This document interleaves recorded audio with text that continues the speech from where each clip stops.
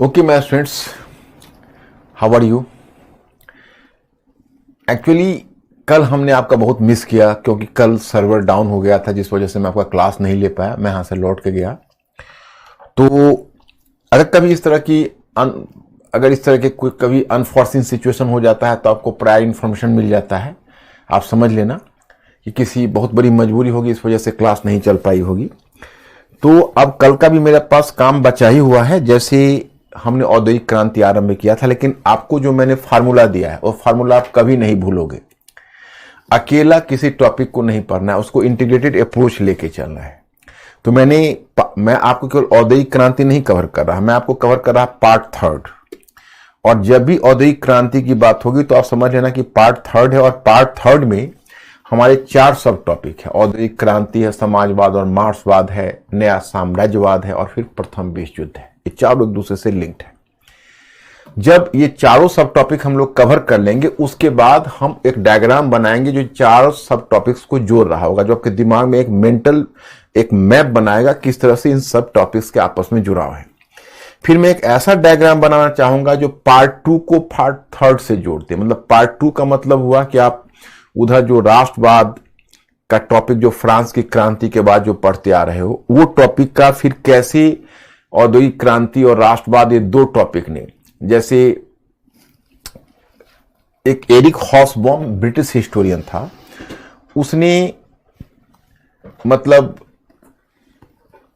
France की क्रांति और औद्योगिक क्रांति को twin revolution of 19th century कहा। ये ट्विन रेवोल्यूशन है, मतलब दोहरा रेवोल्यूशन। तो फ्रांस की क्रांति ने कैसे प्रथम विश्व युद्ध के लिए रास्ता तैयार किया और औद्योगिक क्रांति ने कैसे प्रथम विश्व युद्ध के लिए रास्ता तैयार किया। तो उसके लिए एक एरिक हॉब्सबॉम नाम देता है long 19th century. Long 19th century इसलिए कि इतनी लंबी 19th सेंचुरी है जो 1789 में फ्रांस की क्रांति के साथ ये सेंचुरी शुरू हुई। 19वीं सदी, मतलब नॉर्मली क्या होता है, 19वीं सदी कहते तो 1801 से शुरू होना चाहिए, लेकिन चूंकि क्रांति 1789 में घटित हो गई तो 1789 के साथ वो शुरू हुई। और वो समाप्त कब हुई, तो 1914 के फर्स्ट वर्ल्ड वॉर में। तो this century was over stressed. ये सेंचुरी जो थी, शताब्दी थी, वह कितने वर्ष के हो गई। इधर 1789 का मतलब हुआ 11 वर्ष, उधर 14, तो 125 वर्षों की सदी है। उसको लॉन्ग 19th सेंचुरी का नाम दिया। और ये लॉन्ग 19th सेंचुरी है, फर्स्ट वर्ल्ड वॉर में घटित होगा। तो मतलब मैं आपको यह बताना चाहता हूं कि पीछे जो आपने टॉपिक पढ़े हैं उसका जुड़ाव आगे प्रथम विश्व युद्ध से होगा। और पढ़ने का मजा और क्वेश्चन पढ़ने का मजा भी तभी है क्योंकि मैंने क्या कहा, अगर हमारे पढ़ाने के दरमियान आपको 2 चीजें पैदा नहीं हुई तो पढ़ाना बेकार है। एक क्यूरियोसिटी और दूसरा इंपैथी। इंपैथी का मतलब है कि आप अपनी आंखों के सामने दुनिया को बनते हुए देखोगे। इंपैथी मतलब आप हर एक पल को महसूस करोगे, वर्ल्ड वॉर को महसूस करोगे, 2 वर्ल्ड वॉर्स के बीच कैसे दुनिया बदल रही है उसको महसूस करोगे। फिर जो वर्ल्ड वॉर हम जिसे कहते हैं, यूरोप के लिए तो विध्वंस है, लेकिन हमारे लिए तो निर्माण है। क्योंकि अगर वर्ल्ड वॉर में जब साम्राज्यवादी शक्तियां कमजोर हुई तभी तो हमें आजादी मिली। तो हम उपनिवेश कैसे उस वर्ल्ड वॉर को लेते हैं और उस वर्ल्ड वॉर को यूरोपीय देश लेते हैं, उनका परसेप्शन और हमारा परसेप्शन एक नहीं है। तो मतलब मैंने क्या कहा कि कुल मिलाकर जो हमारा उद्देश्य है कि you people have to be a thinking creature, हम उसी उद्देश्य पर काम कर रहे हैं। और पहले से आप लोग अब बहुत हद तक कंफर्टेबल हो रहे होंगे। मेरा विश्वास है कि जब मैं वर्ल्ड हिस्ट्री समाप्त करूंगा और कल्चर पर आऊंगा, उससे पहले आप सोचने वाले प्राणी हो चुके होंगे। तो फिर कल्चर में एंशिएंट, मेडिवल और कल्चर पढ़ोगे तो उसको अलग एंजॉय करोगे। तो चलिए, हम आपको औद्योगिक क्रांति में हमने पहले बैकग्राउंड आपको बता दिया था। मैंने आपको बता दिया था कि देखिए कैसे ये क्रांति ब्रिटेन में घटित हुई और कैसे उसका पिछले यूरोप में जो औद्योगिक क्रांति का विस्तार हुआ है उसका 300 वर्षों का बैकग्राउंड कैसे तैयार हुआ, ये डायग्राम में मैंने आपको समझाया हुआ था। और फिर तब हमारा मुद्दा हुआ था कि भाई जब व्यावसायिक क्रांति में 3-4 शक्तियों ने मिलकर काम किया तो औद्योगिक क्रांति में अकेला ब्रिटेन औद्योगिक क्रांति की दिशा में क्यों आगे बढ़ी। तो अकेला ब्रिटेन औद्योगिक क्रांति की दिशा में क्यों आगे बढ़ा, तो इसमें मैं आपको बताना चाहता कि देखिए, अब एक हम आराम से डायग्राम बनाते हैं, वो डायग्राम से आपको पता चल जाएगा कि औद्योगिक क्रांति। अच्छा, क्वेश्चन हम आते हैं क्वेश्चन पर। औद्योगिक क्रांति ब्रिटेन में ही क्यों घटित हुई, क्यों घटित हुई, इस पर हम आते हैं।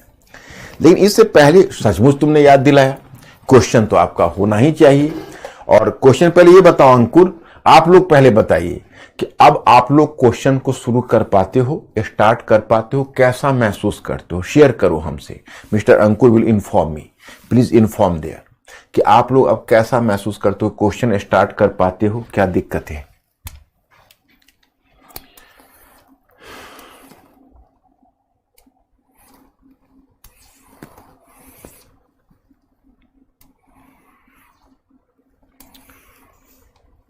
क्वेश्चन क्या था? हाँ, जर्मनी के एकीकरण, ठीक, यही क्वेश्चन था। क्या मेरे स्टूडेंट लोगों की क्या राय हुई, कैसा फील करते हैं? मैक्सिमम कह रहे हैं कि स्टार्ट कर पाते हैं, वेरी गुड। अब देखो, ये जो जर्मनी के एकीकरण जर्मन शासन बिस्मार्क की देन करार दी जा सकती है, इस कथन पर समालोचनात्मक टिप्पणी खींची। तो मैंने उसका बैकग्राउंड तो पहले ही बता दिया था, आपको याद होगा। वैसे आप लोग जानते हो क्वेश्चन आर्गुमेंटेटिव क्वेश्चन मैं आपसे पूछूंगा नहीं, क्योंकि मैं जानता हूं कि इतने आप प्रशिक्षित हो चुके हो कि आप आर्गुमेंटेटिव क्वेश्चन और हाइपोथेटिकल क्वेश्चन के बीच का स्पष्ट अंतर कर सको। तो यह क्वेश्चन वर्चुअली आर्गुमेंटेटिव क्वेश्चन है ना। तो चलिए, अब इसको कहोगे भाई कैसे शुरू करें, तो बहुत अच्छे से शुरू कर सकते हैं।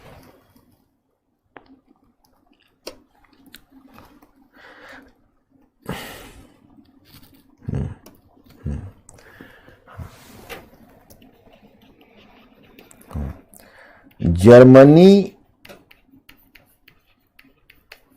का एकीकरण, जर्मनी का एकीकरण जटिल परिस्थितियों की देन थी, जटिल परिस्थितियों की देन थी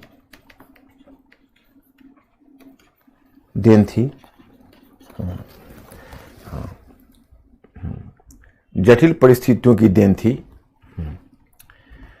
अब जटिल परिस्थितियों की देन, जो मेरा इंट्रोडक्शन हो, इस बात को संकेत कर दिया कि भाई इसके लिए कॉम्प्लेक्स प्रोसेस उत्तरदायी है, कोई किसी एक व्यक्ति को इसका पूरा श्रेय नहीं दिया जा सकता। लेकिन आगे हम इसको कैसे स्पष्ट कर रहे हैं कि जर्मनी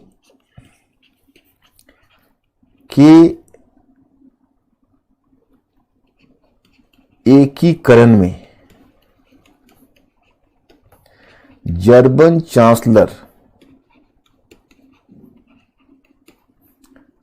चांसलर बिस्मार्क की निश्चय ही महत्वपूर्ण भूमिका रही,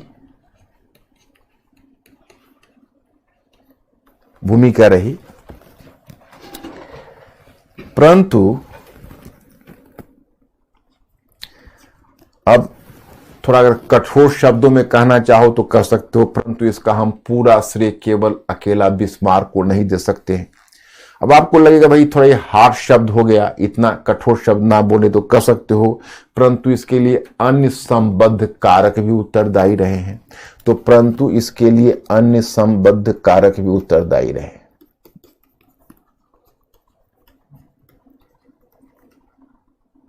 संबद्ध कारक भी उत्तरदायी रहे।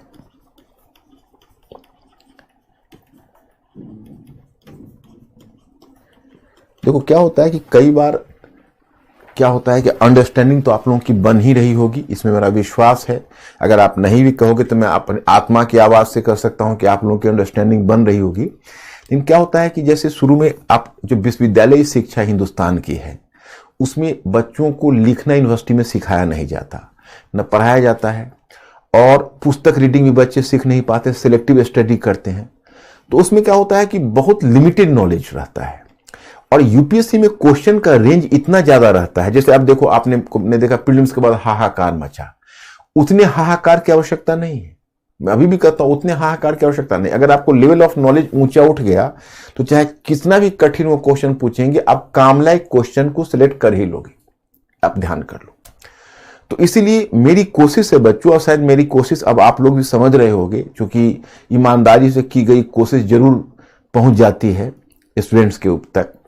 आप उस कोशिश को समझ पा रहे होंगे कि हमारी कोशिश है कि आपको ओवरऑल सोचने का, देखने का, पढ़ने का नजरिया ही मैं बदल डालूं, ताकि ये न रहेगा बांस न बजेगी बांसुरी, ये लुक्का छिपी का खेल बंद हो जाए कि हम थोड़ा जानते हैं थोड़ा नहीं जानते।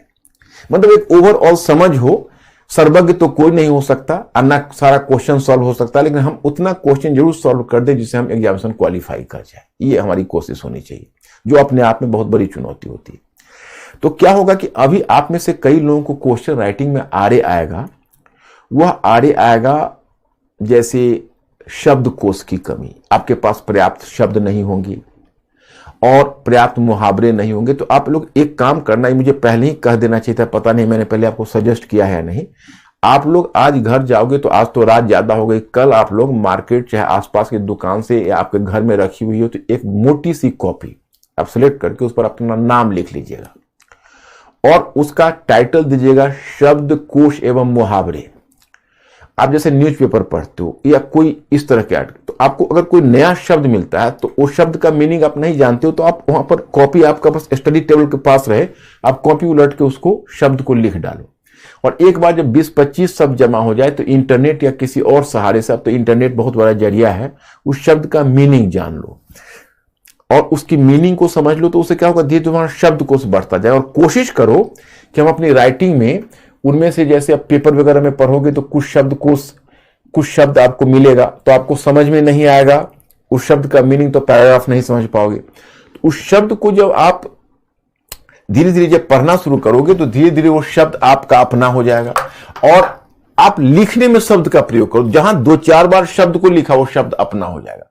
तो धीरे धीरे क्या होगा कि आपके शब्दकोश भी बढ़ेंगे। अब जैसे मैंने, परंतु इसके लिए अन्य संबद्ध कारक भी उत्तरदायी रहे, तो आपको यहां पर मेरी भाषा आपको थोड़ी क्लिष्ट लगेगी, लेकिन क्लिष्ट नहीं है, सरल है। लेकिन चूंकि बाकी स्टूडेंट्स में शब्दकोश की इतनी कमी होती है कि ये भी उन पर हेवी पड़ने लगता है। हमारे पास अलंकृत भाषा की हमें आवश्यकता भी नहीं है, लिखेंगे भी नहीं। और जीएस में पॉइंट बना के लिखना ही फायदेमंद है, लेकिन बहुत सारे क्वेश्चन ऐसे भी आपको मिलेंगे जिसमें पॉइंट की गुंजाइश नहीं होगी, तो आपको छोटे छोटे पैराग्राफ में भी बांट कर लिखना होगा। और चीजों को समझकर अपनी भाषा में लिखने की कोशिश करो। और डेली तुम लोग कोशिश करो कि हम एक क्वेश्चन का उत्तर अवश्य लिखें। किसी भी स्थिति में हम क्वेश्चन के उत्तर को ना छोड़े, उसके उत्तर को हम अवश्य लिखें, ये आपका लक्ष्य होना चाहिए। तो अब यहां पर परंतु इसके लिए अन्य संबद्ध कारक भी उत्तरदायी रहे, इतना लिख दिया। उसके बाद लिखोगे कि जर्मनी के एकीकरण में मैं बोल देता हूं, आप लिख लें। जर्मनी के एकीकरण में गांठ पड़ चुकी थी जिसको खोला नहीं जा सकता था, बल्कि तलवार से ही काटा जा सकता था। और ये गांठ थी ऑस्ट्रियाई साम्राज्य, जिसको हराए बिना ये एकीकरण संभव नहीं था। और फिर दक्षिणी जर्मनी के एकीकरण के लिए फ्रांस को हराना भी आवश्यक था। इसलिए बिस्मार्क ने सैनिक कूटनीतिक कारक के माध्यम से इस एकीकरण के कार्य को पूरा किया। और उसने अब अगर उसमें स्टोरी एलिमेंट्स या वर्णनात्मक लिखोगे तब तो बहुत लंबा हो जाएगा। आप उसमें सेडोवा के युद्ध की चर्चा कर दो, सेडान के युद्ध की चर्चा कर दो कि सेडोवा के युद्ध में उसने पहले फ्रांस को कूटनीतिक दृष्टि से अलग थलग कर दिया और तब सेडोवा के युद्ध में उसने फ्रांस को बुरी तरह पराजित किया, और फिर ऑस्ट्रिया को बुरी तरह पराजित किया। और फिर ऑस्ट्रिया की पराजय के बाद, जो सेडोवा के युद्ध के बाद, उत्तरी जर्मन राज्यों का विलय जर्मनी के साथ हो गया। उसी प्रकार वो इस बात को भली भांति, फिर पैराग्राफ चेंज करना, उस बात को भली भांति जानता था कि बिना फ्रांस को पराजित किए दक्षिणी फ्रांसीसी राज्यों का एकीकरण, दक्षिणी राज्यों का एकीकरण नहीं हो सकता।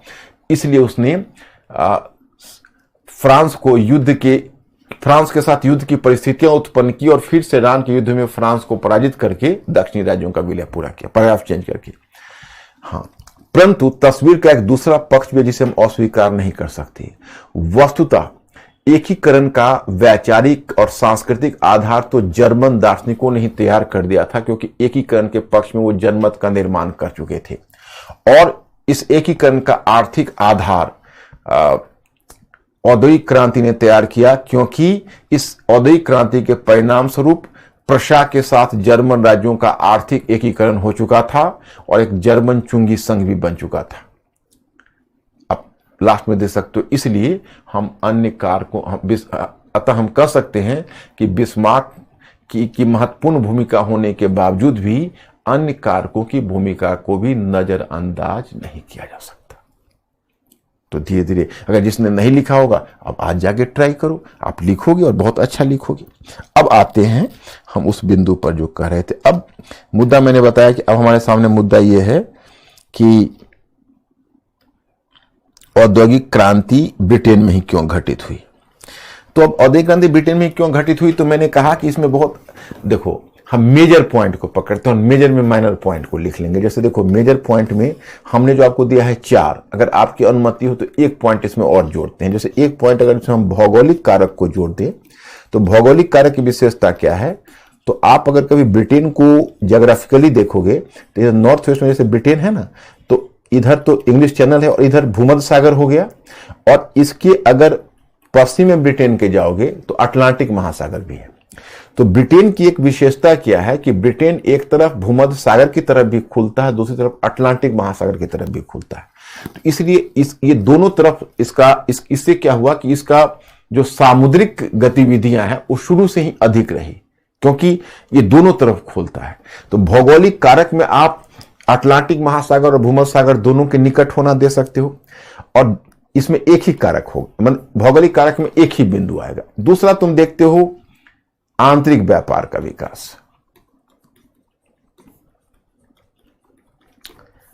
आंतरिक व्यापार का विकास, अब आंतरिक व्यापार का विकास, इसमें आपको कई सब कारक देने होंगे। एक, जैसे मैंने बताया कि आप एक सब कारक देते हो कि ब्रिटेन, स्कॉटलैंड और आयरलैंड का राजनीतिक एकीकरण। तो कैसे, तो 17वीं सदी में ब्रिटेन का राजनीतिक एकीकरण हो गया था, उसमें स्कॉटलैंड भी मिल गया था और आयरलैंड तो था। तो ब्रिटेन, आयरलैंड, स्कॉटलैंड का जब एकीकरण हुआ तो एक संयुक्त बाजार का विकास हुआ, मतलब एक बड़े बाजार का विकास हुआ, जैसे आपका क्षेत्र जो आंतरिक बाजार है विकसित हुई। दूसरा फैक्टर देते हो कि भाई आंतरिक बाजार के विकास में 2 कारक है, एक है यातायात और संचार,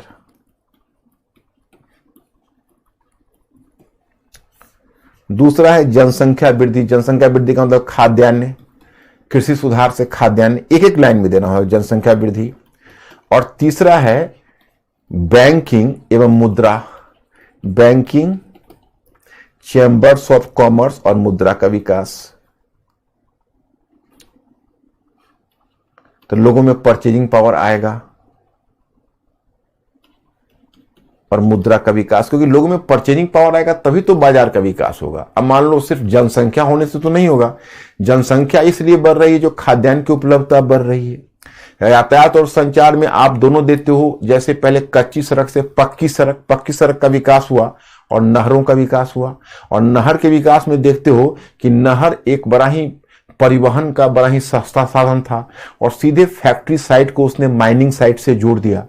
तो माइनिंग साइट और फैक्ट्री साइट जुड़े तो उस कारण से यातायात और संचार व्यवस्था। और 1812 के बाद रेलवे का विकास हुआ, लेकिन पहले पक्की सड़क और नहर, फिर आगे रेलवे।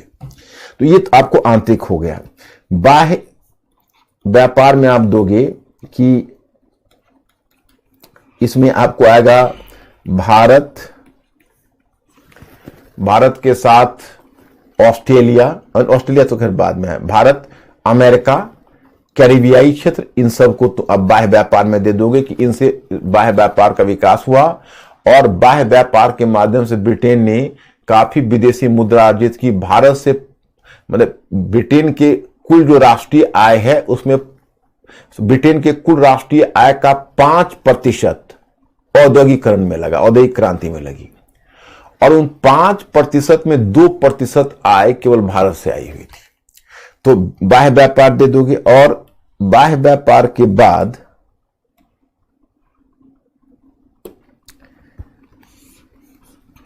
तकनीकी कारक, तो तकनीकी कारक में मैंने कुछ नाम आपको दिया हुआ है और उस 4-5 नाम को, जैसे देखो इस समय क्या होगा कि एक तो सूती वस्त्र उद्योग का विकास होगा, सूती वस्त्र के क्षेत्र में तकनीकी विकास होगा। लौह उद्योग के क्षेत्र में आपको डर्बी परिवार मिला होगा, अब्राहम डर्बी। आप मैटर पढ़ना, बिल्कुल क्लियर लिखा हुआ है अब्राहम डर्बी। तो अब्राहम डर्बी का जो परिवार है वो लोहे से बेहतर किस्म का इस्पात बनाने का काम किया। तो डर्बी परिवार ने लोहे से बहुत बेहतर किस्म के इस्पात बनाए और आगे जेम्स वॉट ने इंजन बनाया। लेकिन देखो सूती वस्त्र में नवीन नवीन तकनीकी क्या आई है, जैसे यहां पर जैसे नाम दिया गया है, इस सब 2-4 नाम है। हारग्रीव जी की स्पिनिंग जेनी, स्पिनिंग जेनी का मतलब है सूत की कताई, स्पिनिंग जेनी से होती थी, जैसे चरखा का विकसित रूप है। दूसरा है आर्कराइट का वाटर फ्रेम। वाटर फ्रेम से मतलब हुआ कि पानी उस पर गिरेगा तो चरखा तेजी से चलेगा, तो वाटर फ्रेम माने वाटर गिरेगा और उससे, जिसको पंचक्की बोलते हो। और क्रॉम्पटन का म्यूल है, वो भी कताई के लिए एक बेहतर किस्म का उपकरण था। और जॉन के का फ्लाइंग शटल और एडमंड कार्टराइट का पावर लूम। तो ये 3 जो है वो सूत की कताई के लिए, और लास्ट का 2 है वो कपड़ों की बुनाई के लिए। तो कताई और बुनाई को प्रोत्साहन मिला तो उससे औद्योगिक गतिविधियां तीव्र होगी। और सबसे एक बात दी गई है कि तकनीकी ही अपने आप में पर्याप्त नहीं होता है, तकनीकी को सामाजिक स्वीकृति भी मिलनी चाहिए। अब जैसे मैं आपको बताता हूं कि कृषि तकनीकी को ही लो, तो कृषि तकनीकी में जो पंजाब और हरियाणा के किसान हैं वो कृषि तकनीकी को सबसे पहले आसानी से स्वीकार कर लेते हैं और नई तकनीकी को अपना लेते हैं। वही बिहार, यूपी, एमपी जो काउ बेल्ट के किसान हैं वो पहले तकनीकी को ऑब्जर्व करते हैं, और थोड़ा कंजर्वेटिव हमारी सोसाइटी है तो इस कारण से तकनीकी को अपनाने में थोड़ा सा वो विलंब करते हैं। तो आप सिर्फ तकनीकी अपने आप में पर्याप्त नहीं, उसको सामाजिक स्वीकृति कितनी मिली। जैसे देखो ऐसा नहीं था कि ये तकनीकी आविष्कार तो ब्रिटेन में हो रहा था, अगर दूसरा कंट्री भी आविष्कार करता है तो उससे प्रभावित होकर दूसरा कंट्री अपना तो सकता है। लेकिन फ्रांस ने वो तत्परता नवीन तकनीकी को अपनाने में नहीं दिखाई। तो किसी आलोचक ने कहा है कि ब्रिटेन में स्पिनिंग जेनी सफल हो गया क्योंकि वहां कारीगरों ने उसे अपनाया, और फ्रांस में वो सफल नहीं हुआ क्योंकि सरकार ने उसको ऊपर से थोपने की कोशिश की। सरकार ने ऊपर से थोपने की कोशिश तो की, लेकिन जो ऑर्गेनिकली उसको शिल्पियों ने नहीं अपनाया, तो इसलिए वहां पर स्वीकृति नहीं मिली। तो ये एक बहुत बड़ा कारण है। और एक कारण इसमें आपको दे देना है, वो है जो मैं आपको डायग्राम बता रहा था कि ये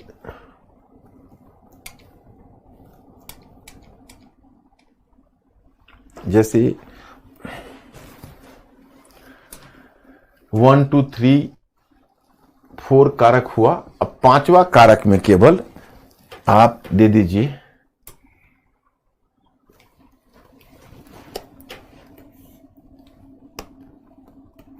सामाजिक कारक। अब ये सामाजिक कारक क्या है?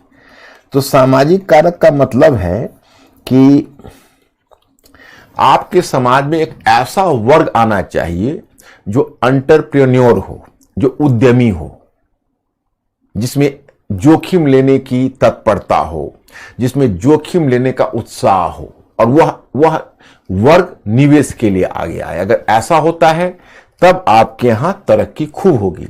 तो ब्रिटेन में एक मध्य वर्ग का उद्भव हो चुका है। और मध्य वर्ग और कुलीन वर्ग में क्या फर्क है पता है? जो कुलीन वर्ग के लोग होते हैं वो अधिकांश जो अधिशेष तो समझते होंगे, अधिकांश अधिशेष वे खपत पर खर्च कर देते हैं, अपने लग्जरी पर खर्च कर देते हैं, भोग विलास में खर्च कर देते हैं। और जो मध्य वर्ग के लोग होते हैं वो मध्य वर्ग के लोग पैसे को अधिक से अधिक बचाकर निवेश करते हैं। तो ब्रिटेन में एक मध्य वर्ग का आना भी इसका एक कारण रहा।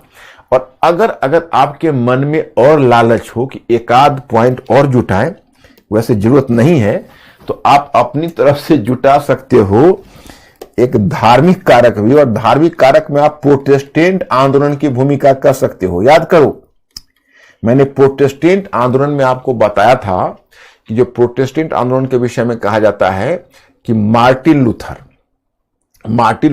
अच्छा जो आंदोलन लाया था, फिर काल्विन, ज्युंगली आदि ने, तो उसमें आपने देखा था कि एक जर्मन समाजशास्त्री जिसका नाम मैक्स वेबर है, मैक्स वेबर ने एक बड़ी महत्वपूर्ण बात कही थी। उसने कहा था Protestant ethics and the spirit of capitalism. उसने कहा जो प्रोटेस्टेंट धर्म है यूरोप में, वह एक बहुत बड़ा कारण था पूंजीवाद के उद्भव का। तो ब्रिटेन तो सबसे पहले प्रोटेस्टेंट हुआ, जर्मनी को अपवाद में छोड़ो तो ब्रिटेन में प्यूरिटन्स आ गए, तो प्रोटेस्टेंटों ने भी उसमें भूमिका निभाई। लेकिन 4 कारक आप जब समय कम हो, स्पेस कम हो, तो 4 कारक आप आवश्यक रूप से देना। कौन सा? आंतरिक बाजार का विकास, बाह्य बाजार का विकास, तकनीकी विकास और सामाजिक कारक। अगर स्पेस निकल जाए तो भौगोलिक कारक भी दे देना, और फिर अगर और स्पेस निकल जाए तो धार्मिक कारक भी दे देना। बस ये डिपेंड करता है, necessity the mother of invention, कि आपको कितना स्पेस मिल रहा है और आप उस स्पेस को कितना इस्तेमाल करने की स्थिति में हो। तो ये हो गया ब्रिटेन में औद्योगिक क्रांति क्यों शुरू हुई। अब औद्योगिक क्रांति का प्रभाव देखोगे तो बड़ा मिक्स्ड है। जैसे देखो, अब प्रभाव में आप 2 तरह का प्रभाव देखते हो।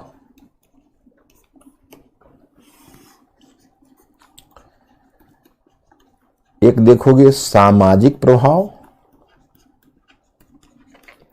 और दूसरा सांस्कृतिक प्रभाव।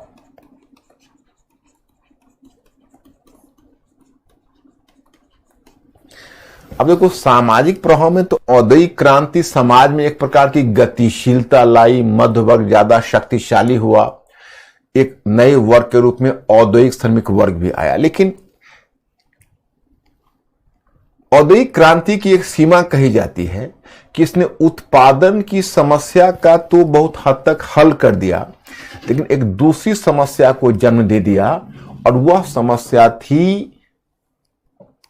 एक्सप्लॉयटेशन की, शोषण की। मजदूरों का बड़े पैमाने पर शोषण होना शुरू हुआ। जैसे मैंने आपको बताऊं कि देखिए, मेंटली अलर्ट हो आप लोग। औद्योगिक क्रांति ब्रिटेन में आरंभ हुई, तो अगर ब्रिटेन के औद्योगिक क्रांति का स्टैंडर्ड देखोगे, ब्रिटेन ने अपने औद्योगिक क्रांति को पूरा करने के लिए जिस तरह के काम किए, और जितनी मतलब कह सकते हो कि जितना अन्यायपूर्ण पद्धति सरकार ने अपनाई, वैसा डेमोक्रेसी के युग में कोई नहीं अपना सकता। तो हम लोगों को एक समस्या यह भी होती है कि औद्योगिक, हम लोग जो अपना आर्थिक विकास करना चाहते हैं, तो हम लोगों का एक लक्ष्य है सामाजिक न्याय। तो हमारा बहुत सारा रिसोर्सेज तो सामाजिक न्याय और वेलफेयर पर निकल जाता है। इस पर एक अरविंद सुब्रमण्यम, एक अर्थशास्त्री हैं, उन्होंने एक बहुत अच्छा शब्द दिया है, डेमोक्रेटिक कॉस्ट। डेमोक्रेटिक कॉस्ट का मतलब हुआ कि हम डेमोक्रेसी के युग में आर्थिक विकास कर रहे हैं, तो डेमोक्रेसी की कीमत तो चुकानी ही पड़ेगी, मतलब लोगों के वेलफेयर को तो ध्यान में रखना पड़ेगा। और ब्रिटेन ने तो जैसे तैसे मजदूरों को दबाकर, शोषण करके, किसानों को दबाकर, पूंजीपतियों को आगे बढ़ाकर सरकार ने औद्योगिक क्रांति करवा दी। तो पश्चिमी देशों में लगभग वही हुआ, और हम लोग के यहाँ औद्योगिकरण डेमोक्रेसी के युग में हुआ, तो हम बहुत पीछे से आए हैं। दूसरा एक और भी परिवर्तन अंतर देखोगे, मैं बता दूं कि हमारे यहाँ जो औद्योगिकरण हुआ, तो हमारे यहाँ तो सिर मुराते ही ओले पड़े। जब उन्होंने औद्योगिकरण किया तब पर्यावरण संकट नहीं था, और हम लोगों ने जब शुरू किया है तो पर्यावरण संकट आ गया है। तो हम लोगों को तो बहुत तरह से बंदिशें आ गई, पर्यावरण संकट आ गया, तेल संकट आ गया, और छोड़िए, धीरे धीरे वो संकट बढ़ता गया। तो हम लोग आए बहुत लेट, और जो मेटर्निक कहा करता था कि लगता है मानो हम समय के बाद पैदा हुए, वही बात पुराने उपनिवेशों को लागू हुआ। तो खैर, तो उनका सामाजिक प्रभाव क्या था कि जैसे मैंने आपको बताया कि किसान उजड़ रहे थे, वो नगरों की तरफ पलायन कर रहे थे, क्योंकि उनके पास रोजगार का कोई साधन नहीं था। जमींदार जो थे कुलीन, उनकी भूमि पर कब्जा कर रहे थे, और सरकार बाड़ेबंदी कानून बनाकर, मैं पीछे बता चुका हूं कृषि सुधार में कि सरकार बाड़ेबंदी, इसको इंक्लूजन मूवमेंट कहते हैं, वो जमींदारों या कुलीनों का हाथ मजबूत कर रही थी। बेचारे किसान कहां जाते, तो भूमि गंवाकर नगरों में जा रहे थे। नगर में इंफ्रास्ट्रक्चर नहीं था बेहतर, तो उनको जहां रखा गया, वो मजदूरों को जितना छोटे छोटे कमरे में रखा जाता, और उद्योगों के परिसर में रखा जाता, उद्योग में चिमनी नीची थी, तकनीकी पिछड़ी हुई थी, तो बड़े पैमाने पर धुआं उगलती हुई, इतना तक कि मजदूरों के मकान पर कई सेंटीमीटर तक एस यानी राख जम जाता, और इतना धुआं इनहेल करते हो कि उनकी तो लाइफ एक्सपेक्टेंसी, जीवन प्रत्याशा कम होकर 21% ही नहीं 17% हो गई लंदन और मैनचेस्टर। ये थी उनकी हालत। और उनकी दशा को देखकर कुछ जो मानवतावादी चिंतक थे और जो आरंभिक समाजवादी थे, उनका ध्यान गया और उन्होंने सरकार पर दबाव डालकर 1819 में 1833 में कुछ मजदूरों की सुरक्षा के लिए कानून बनवाए। 1842 में खनन मजदूरों की सुरक्षा के लिए कुछ कानून बने, तो कुछ उनको राहत आगे चलकर सरकार के द्वारा कानून बनाकर दी गई, लेकिन वो बहुत ही अपर्याप्त था। तो ये तो हुआ सामाजिक। दूसरा है सांस्कृतिक।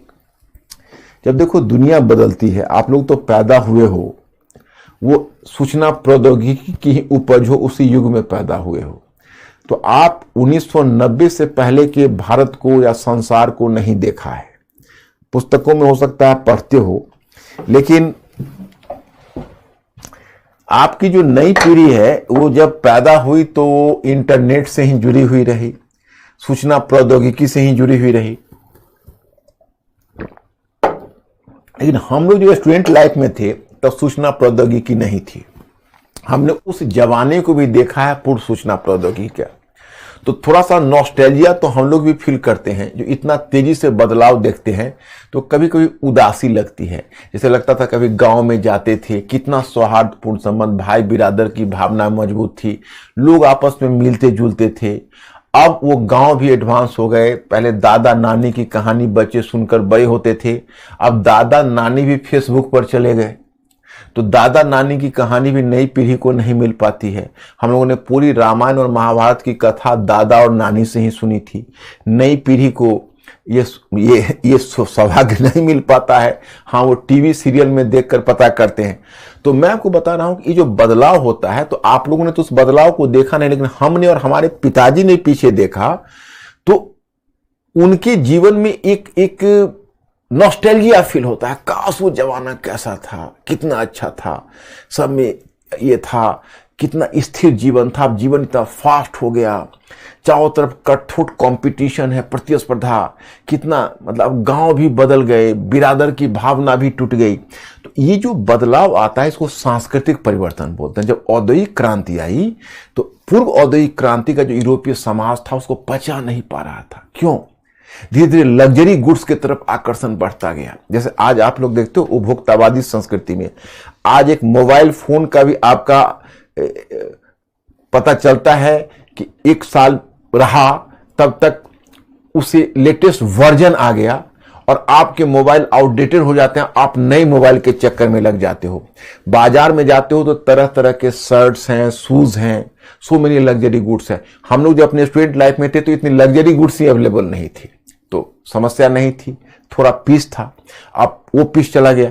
तो मतलब ये है कि ये जो कल्चरल चेंज होता है, जब एक नई तरह की, ये भी तो औद्योगिक क्रांति है जिससे हम लोग गुजर रहे हैं। ये थर्ड इंडस्ट्रियल रेवोल्यूशन था। सूचना प्रौद्योगिकी की जो क्रांति है वो थर्ड इंडस्ट्रियल रेवोल्यूशन है। और चौथा इंडस्ट्रियल रेवोल्यूशन अब फिर शुरू हो गया, एआई तकनीकी, आर्टिफिशियल इंटेलिजेंस, रोबोटिक्स। ये भी तो इंडस्ट्रियल रेवोल्यूशन है। टोटल 4 इंडस्ट्रियल रेवोल्यूशन की परिकल्पना विद्वान करते हैं, 4 औद्योगिक क्रांति की। तो सांस्कृतिक प्रभाव वहां क्या हुआ कि गांव उजड़ रहे थे, लोग नॉस्टैल्जिया फील कर रहा था, उपभोक्तावाद की तरफ आकर्षण बढ़ रहा था, मानव करुणा का भाव कम हो रहा था। धीरे धीरे जो शहरों में गांव उजड़ रहे थे और शहरों में गंदगियां भर रही थी, ओवर क्राउडेड सिटी हो रहा था, लोगों के जीवन में भाग दौड़ बढ़ रही थी। जैसे हम लोग इंग्लिश लिटरेचर हमारा ग्रेजुएशन में था, तो उसमें बहुत सारे ऐसे, जैसे हमने चार्ल्स डिकेंस का हार्ड टाइम्स भी पढ़ा हुआ था, जो आपके एनसीईआरटी में रेफरेंस दिया हुआ है। वो कैसे ब्रिटेन में औद्योगिक क्रांति का कैसे लोगों के जीवन पर प्रभाव था, कैसे बदलाव आया, वो चार्ल्स डिकेंस ने बताया है। हम लोग एक पढ़ते थे, वो तो नॉवेल था चार्ल्स डिकेंस का हार्ड टाइम्स, और एक हम प्रोज पीस पढ़ते थे टॉमस स्टीवेंसन का। तो थॉमस स्टीवेंसन के इस प्रोज पीस का नाम था डल लंदन। डल लंदन में क्या था कि उसमें दिखाया गया था कि जो लंदन है वो लंदन के लिए कुछ लोग नॉस्टैल्जिया फील करते हैं, क्योंकि लंदन इतना बदल चुका। जब स्टीवेंसन जो लंदन गया कुछ वर्ष के बाद, एक डेकेड के बाद, तो पाया कि वो लंदन अब पुराना लंदन नहीं है, बहुत बदलाव हो गया है। तो उसने एक 2-4 सेंटेंसेस लिखे जो हमें बड़ा अच्छा लगता था। वो लिखा, I am dull, I am being dulled, I am continuously being dull in the dulling down of London dullness. मतलब उसको लगा कि चारों तरफ हम लंदन डल डल हो गया, भाई क्या लंदन था, क्या हो गया लंदन का। ये जो है सांस्कृतिक बदलाव, ये भी बहुत है। और ये सांस्कृतिक बदलाव को सबसे अधिक महसूस किया रोमांटिक पोएट ने। हम लोग इंग्लिश लिटरेचर में पढ़ते थे, एक रोमांटिक मूवमेंट चला था। रोमांटिक मूवमेंट वो चला था, शुरू हुआ था कोलरिज और विलियम ब्लेक से शुरू हुआ था, और फिर विलियम ब्लेक से शुरू होकर फिर Wordsworth, Coleridge, Wordsworth, John Keats, Shelley, Byron, ये सब उससे जुड़े हुए थे। तो उसमें जैसे वर्ड्सवर्थ की आपने रचना हो सकता है पढ़ी हो कि the world is too much with us, या वर्ड्सवर्थ रोमांटिक पोएट नॉस्टैल्जिया। चाहे हम जॉन किट्स का पढ़ते तो ओड टू नाइटिंगेल, एक नाइटिंगेल पक्षी थी, वो किस तरह फुदकती थी उसको याद करता था कि भाई कैसा वो, मतलब वो फिर वही जंगल, वही जवानी, वही पक्षियां, वही पशु, वही जीवन याद करते जो औद्योगिक क्रांति ने जिसको ट्रांसफॉर्म कर दिया था। तो ये था उसका सांस्कृतिक प्रभाव, वो महसूस करने की चीज। जब भी समाज में, जब आपकी तकनीकी में कोई बड़ा बदलाव होता है, अब देखो आर्टिफिशियल इंटेलिजेंस आ जाएगा तो क्या लगता है कि आपके यहाँ कितना सांस्कृतिक बदलाव होगा। अभी हमें गर्व होता है हम बुद्धिजीवी हैं, एक समय ऐसा आएगा कि जब मशीन हमसे ज्यादा बुद्धिजीवी हो जाएगा और हम मशीन के साथ प्रतिस्पर्धा नहीं कर पा रहे होंगे, क्योंकि वो बहुत जल्दी नॉलेज गेन करना शुरू कर देगा।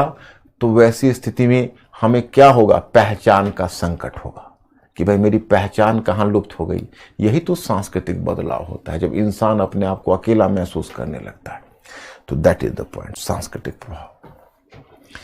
तो चलिए, ब्रिटेन में तो ये चीज हो गई। अब यहां पर एक क्वेश्चन शायद होगा जो मैं आपको दिखाना चाहता। ये क्वेश्चन आपका 2015 में पूछा था। अब देखो यूपीएससी की शरारत देखो, जैसे इस बार जो हाहाकार मचा रहे हैं उनको लगता है कि पहली बार ऐसा हुआ। अब इस क्वेश्चन को गौर से पढ़िए। आप लोगों ने अपने मैटर में पढ़ा होगा कि क्या कारण था कि औद्योगिक क्रांति सर्वप्रथम इंग्लैंड में घटी थी। क्या कारण था कि औद्योगिक क्रांति सर्वप्रथम इंग्लैंड में घटी थी। औद्योगिकरण के दौरान वहां के लोगों की जीवन गुणवत्ता, माने औद्योगिकरण के दौरान वहां के लोगों की जीवन गुणवत्ता पर चर्चा कीजिए, माने standard of quality of life पर। भारत में वर्तमान में जीवन गुणवत्ता से यह किस प्रकार तुलनीय है। मतलब जो इंग्लैंड में घटी थी औद्योगिकरण के दौरान वहां के लोगों के जीवन गुणवत्ता की तुलना करिए, और कह रहा है वर्तमान में भारत में जीवन गुणवत्ता से कहां तक तुलनीय है। तो ये तो अपने आप में बड़ा ही अजीब सा क्वेश्चन है। अब स्टूडेंट्स आप अपेक्षा कर रहे हो ये केवल हिस्ट्री से नहीं, थोड़ा इकोनॉमी का भी नॉलेज, कंटेम्पररी इकोनॉमी का नॉलेज चाहिए कि भारत में अभी क्या हो रहा है। ब्रिटेन में जो इजेक्ट, भूमि से इजेक्ट होकर नगर में आ रहे हैं, नगर में इंफ्रास्ट्रक्चर नहीं, लोगों का जीवन स्तर बहुत है नीचा। भारत में क्या है कि हम लोग के यहाँ जॉबलेस ग्रोथ है, तो लोग गांव से क्या करते कि एग्रीकल्चर में, जैसे एग्रीकल्चर उस समय एग्रीकल्चर से बाहर फेंके जा रहे थे। ब्रिटेन में कल्पना करो, जैसे अगर इस तरह का क्वेश्चन आता है बच्चे, तो केवल थिंकिंग क्रिएचर ही इसको लिख सकता है, क्योंकि आपको 2 मिनट सोचना होगा कि भाई उस समय के लंदन, उस समय के ब्रिटेन और वर्तमान भारत, इन दोनों में क्या समानता का बिंदु है। तो जब आप समानता के बिंदु पर आओगे तो सोचोगे अच्छा, वहां पर जो जमींदार लोग थे वो बारेबंदी कानून के माध्यम से कृषकों को जमीन से हटा रहे थे, और जो कृषक जमीन से बेदखल हो रहे थे वो नगरों की तरफ पलायन कर रहे थे, जहां पर उनको बड़ा अनहेल्दी कंडीशन में रखना है। यही काम अभी कौन कर रहा है पता है, डब्ल्यूटीओ कर रहा है। क्योंकि डब्ल्यूटीओ ने, आप देखोगे एग्रीकल्चर को ट्रेड में ला दिया है, और आप देखोगे कि इस कारण से एग्रीकल्चर जो आज हमारा महंगा हो गया है, तो किसान लोग अब एग्रीकल्चर से मतलब लूज कर रहे हैं और उनका नगर की तरफ पलायन हो रहा है। तो आप देखोगे कि मेट्रोपोलिस की तो बात छोड़ो, 2 टायर सिटी में भी धीरे धीरे लोगों की भीड़ वहां लगती जा रही। तो क्या हो रहा है कि लोग जब गांव से नगर की तरफ आ रहे हैं तो नगरों में इंफ्रास्ट्रक्चर तो है नहीं, और ग्रोथ जॉबलेस है, तो एक वही सर्विस सेक्टर में जॉब मिल रहा है, और वो सेक्टर में मैन्युफैक्चरिंग सेक्टर हमारे यहां डेवलप नहीं है।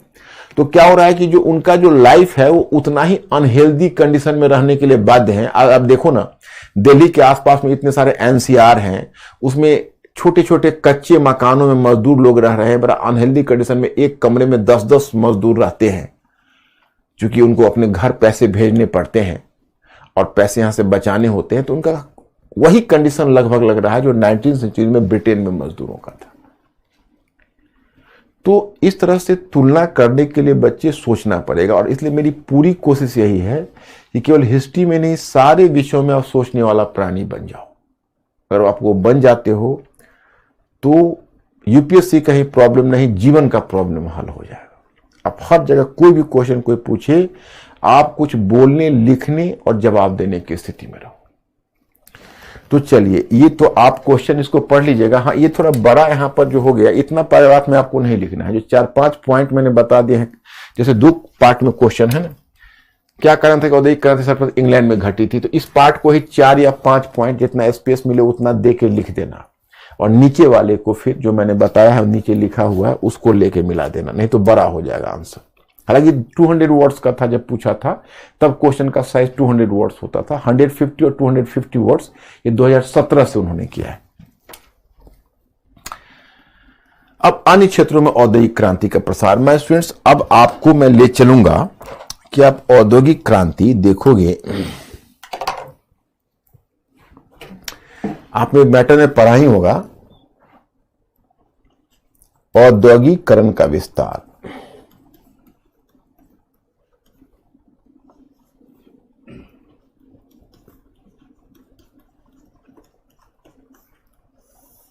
अब देखिए, अब ब्रिटेन से बाहर,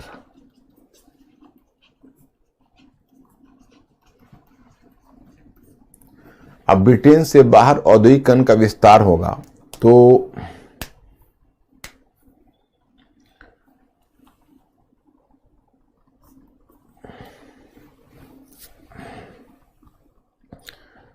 एक मॉडल आपका अमेरिकन मॉडल,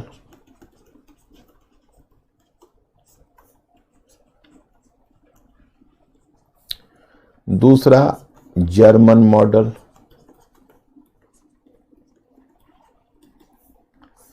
तीसरा रूसी मॉडल,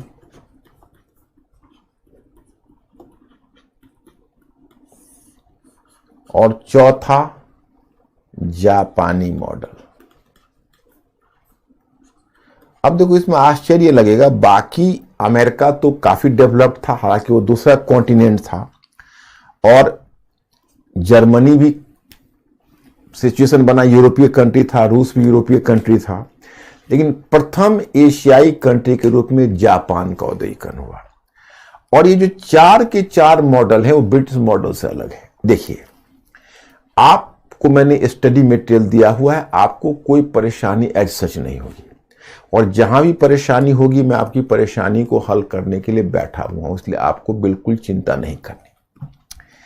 देखिए, पहले हम आपको बताना चाहते हैं कि होता क्या है कि ब्रिटेन में जो इंडस्ट्रियलाइजेशन हुआ था वो अनप्लैंड था। अनप्लैंड का मतलब है कि ब्रिटेन में किसी ने औद्योगिक क्रांति लाई नहीं, बल्कि सिचुएशन ऐसा बनता गया कि हो गई, मतलब इट वॉज नॉट प्लैंड। लेकिन एक बार जब ब्रिटेन में औद्योगिक क्रांति हो गई तो कहा जाता है कि जब आपके यहां औद्योगिकरण होगा तो दूसरे के यहां नेचुरली विऔद्योगिकरण हो जाएगा। विऔद्योगिकरण नेचुरली हो जाएगा का मतलब क्या है, तो मैं आपको बताता हूं। जैसे आपके यहां औद्योगिकरण होगा तो आपका मास प्रोडक्शन शुरू होगा, उसकी जो तकनीकी है वो आपसे पीछे है, तो उसका जो प्रोडक्ट होगा आपके पड़ोसी का वो महंगा हो जाएगा और आपका प्रोडक्ट सस्ता हो जाएगा। तो आप जब अपना प्रोडक्ट उनके यहां निर्यात करोगे तो उनके ही लोग उनके प्रोडक्ट को छोड़कर आपका प्रोडक्ट खरीदना शुरू करेंगे, क्योंकि आपका प्रोडक्ट सस्ता है। तो उनके जो परंपरागत उद्योग हैं वो मार खा जाएंगे, जैसे उनकी कारीगरी उद्योग है, जो भी उद्योग है उनका पतन शुरू हो जाएगा। तो आपके यहां जब औद्योगिकरण होगा तो उनके यहां औद्योगिकरण शुरू हो जाएगा, माने उद्योगों का विनाश शुरू हो जाएगा। इसलिए मजबूरी क्या होती है, अगर एक देश ने औद्योगिकरण किया तो अपनी अर्थव्यवस्था को बचाने के लिए दूसरे देश को भी औद्योगिकरण के स्तर पर आना पड़ता है। तो एक तो ये फैक्टर है। तो अब नेचुरल है कि पहला देश जो ब्रिटेन था, उसने औद्योगिकरण जब किया था तो उसका इंडस्ट्रियलाइजेशन तो अनप्लैन्ड था, लेकिन ब्रिटेन से प्रभावित होकर जब अन्य देशों ने औद्योगिकरण किया तो अन्य देशों का औद्योगिकरण प्री प्लान्ड है कि हमें ऐसे करना है, यानी सुनियोजित है। पहला तो फर्क यही है। दूसरा फर्क यह है कि देखिए, जो ब्रिटेन में औद्योगिकरण हुआ है तो वो तो औद्योगिकरण ब्रिटेन में हो गया और तब ब्रिटेन आगे बढ़ गया। तो मान लीजिए कोई ऐसा कंपटीशन, कोई ऐसा रेस शुरू होता है जिसमें आपका प्रतिद्वंदी पहले से ही 300 मीटर आगे है और एक आप 1000 मीटर की रेस लगा रहे हो। तो 1000 मीटर की रेस लगा रहे हो और आपका प्रतिद्वंदी 300 मीटर आगे है, तो आप उससे जो रेस लगाओगे तो आपको उसको 700 मीटर ही दौड़ना होगा, तुमको 1000 मीटर दौड़ना होगा, तो हारना तो तय है। तो अब आपको दिमाग यह लगाना होगा कि कौन सा ऐसा उपाय है कि हम 1000 मीटर दौड़ते हुए भी उसके 700 मीटर से आगे निकल जाएं। मतलब हमें कुछ शॉर्टकट अपनाना पड़ेगा, कोई ऐसा तरीका अपनाना पड़ेगा जिससे हम ब्रिटेन से मुकाबला कर सके, नहीं तो हमसे नेचुरली आगे हो। तो इसी क्रम में जो अलग अलग देशों ने अपने औद्योगिकरण का मॉडल अपनाया, तो उनका जो औद्योगिकरण था वो ब्रिटिश औद्योगिकरण से अलग हो गया और सारे देशों ने अपने अपने ढंग से शॉर्टकट रास्ता अपनाया। इसीलिए जब भी औद्योगिकरण की बात होगी तो आपको बिल्कुल चिंता नहीं करनी, आपके सबके मेन फीचर्स में समझा देता हूं और अध्ययन सामग्री आपके पास है ही, तो आपको कोई परेशानी नहीं होगी, और परेशानी होगी तो मैं बैठा हुआ हूं उसे हल करने के लिए, आप चिंता मत करिए। तो चलिए पहले हम देखते हैं अमेरिकन मॉडल को।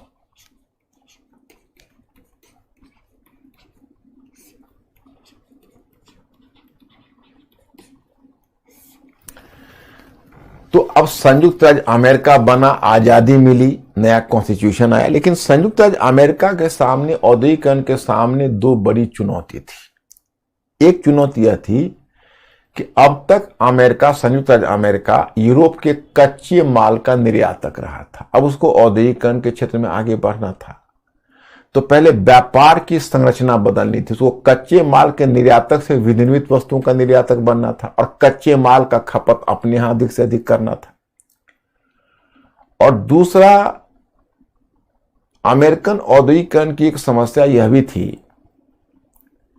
कि पश्चिमी यूरोप के देशों में औद्योगिकरण, ब्रिटेन और पश्चिमी यूरोप के देशों में औद्योगिकरण पहले से ही हो चुका था। तो अमेरिका, संयुक्त अमेरिका उनसे थोड़ा पीछे था, तो इसको अपने उद्योगों की रक्षा भी करनी थी और उनके साथ प्रतिस्पर्धा भी करनी थी। तो देखो, अब इसके औद्योगिकरण में जो अमेरिकन मॉडल इसकी विशेषता क्या थी, इसको देखिए। एक तो 1790 में एक शक्तिशाली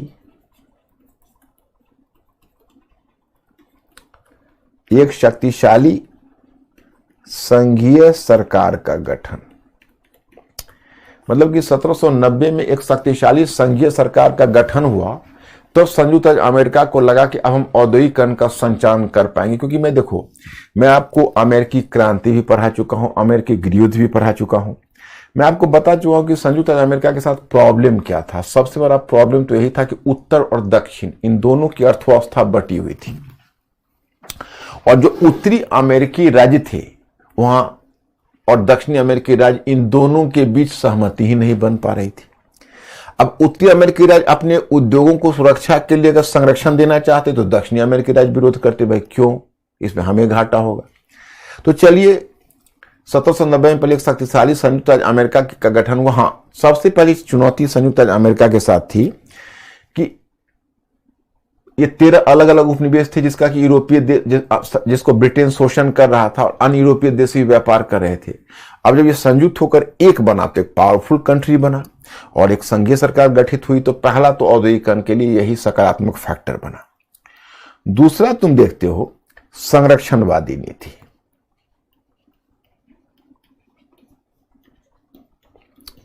संरक्षणवादी नीति क्यों? तो संरक्षणवादी नीति का मतलब हुआ कि जैसे एडम स्मिथ महोदय, आप इसको गौर से समझना। एडम स्मिथ महोदय ने मुक्त अर्थव्यवस्था की बात की थी, क्यों नहीं करते? आखिर ब्रिटेन के अर्थशास्त्री जो ठहरे, तो ब्रिटेन तो औद्योगिकरण के क्षेत्र में सबसे पहले आया था, तो ब्रिटेन के लिए तो फायदा यही था कि भाई मैं अपना बाजार खोलता हूं, आप लोग भी अपना अपना बाजार खोलिए, क्योंकि उसको फायदा था। क्योंकि अगर बाकी देश अपना बाजार खोलते तो ब्रिटेन के पास काफी निर्यात के लिए वस्तुएं थी, और बाकी देश तो ब्रिटेन को क्या डिफीट करते, उसका तो औद्योगिकरण में पहले से ही आगे था। तो ब्रिटेन की अर्थव्यवस्था इतनी मजबूत थी कि वो नारा दे रहा था मुक्त अर्थव्यवस्था, और 1846 में एडम स्मिथ तो खैर मर गए 1792 में ही मुक्त अर्थव्यवस्था का सिद्धांत देकर। 1846 में ब्रिटिश सरकार ने मुक्त अर्थव्यवस्था की नीति को अपना लिया, मुक्त व्यापार की नीति को अपना लिया। लेकिन अब ये मुक्त व्यापार की नीति जो कमजोर जिसकी अर्थव्यवस्था है वो तो नहीं अपना सकते। अब हमारे ऊपर उन्होंने 1813 में ही मुक्त व्यापार की नीति भारत के ऊपर थोप दिया। बताइए हम कहां टिक पाते? हमारे उद्योगों को तो नष्ट भ्रष्ट कर दिया। लेकिन अब जिसकी अर्थव्यवस्था कमजोर है, जो औद्योगिकरण में आगे बढ़ना चाहता है, मुक्त अर्थव्यवस्था की नीति कैसे अपनाएगा? ब्रिटेन के लिए फायदे में था, लेकिन संयुक्त राज्य अमेरिका को लग रहा था कि फिर तो मैं पिट जाऊंगा, क्योंकि पश्चिमी यूरोप के देश और ब्रिटेन हमसे औद्योगिकरण में आगे है। तो संयुक्त राज्य अमेरिका ने बड़ा साहस दिखाया, इसने संरक्षणवादी नीति अपना ली। कि नहीं, संरक्षणवादी नीति का मतलब समझते हो? हाँ या ना? थोड़ा सा एक क्लू दो। मिस्टर अंकुर, मेरे स्टूडेंट से पूछिए कि क्या वे संरक्षणवादी नीति का मतलब समझते हैं?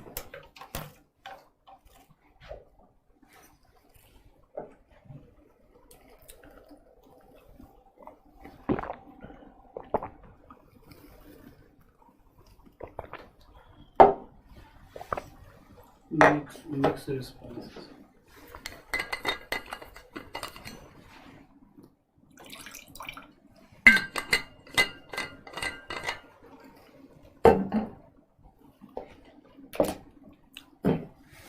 क्या ज्यादा है या ज्यादा ना, मिस्टर अंकुर?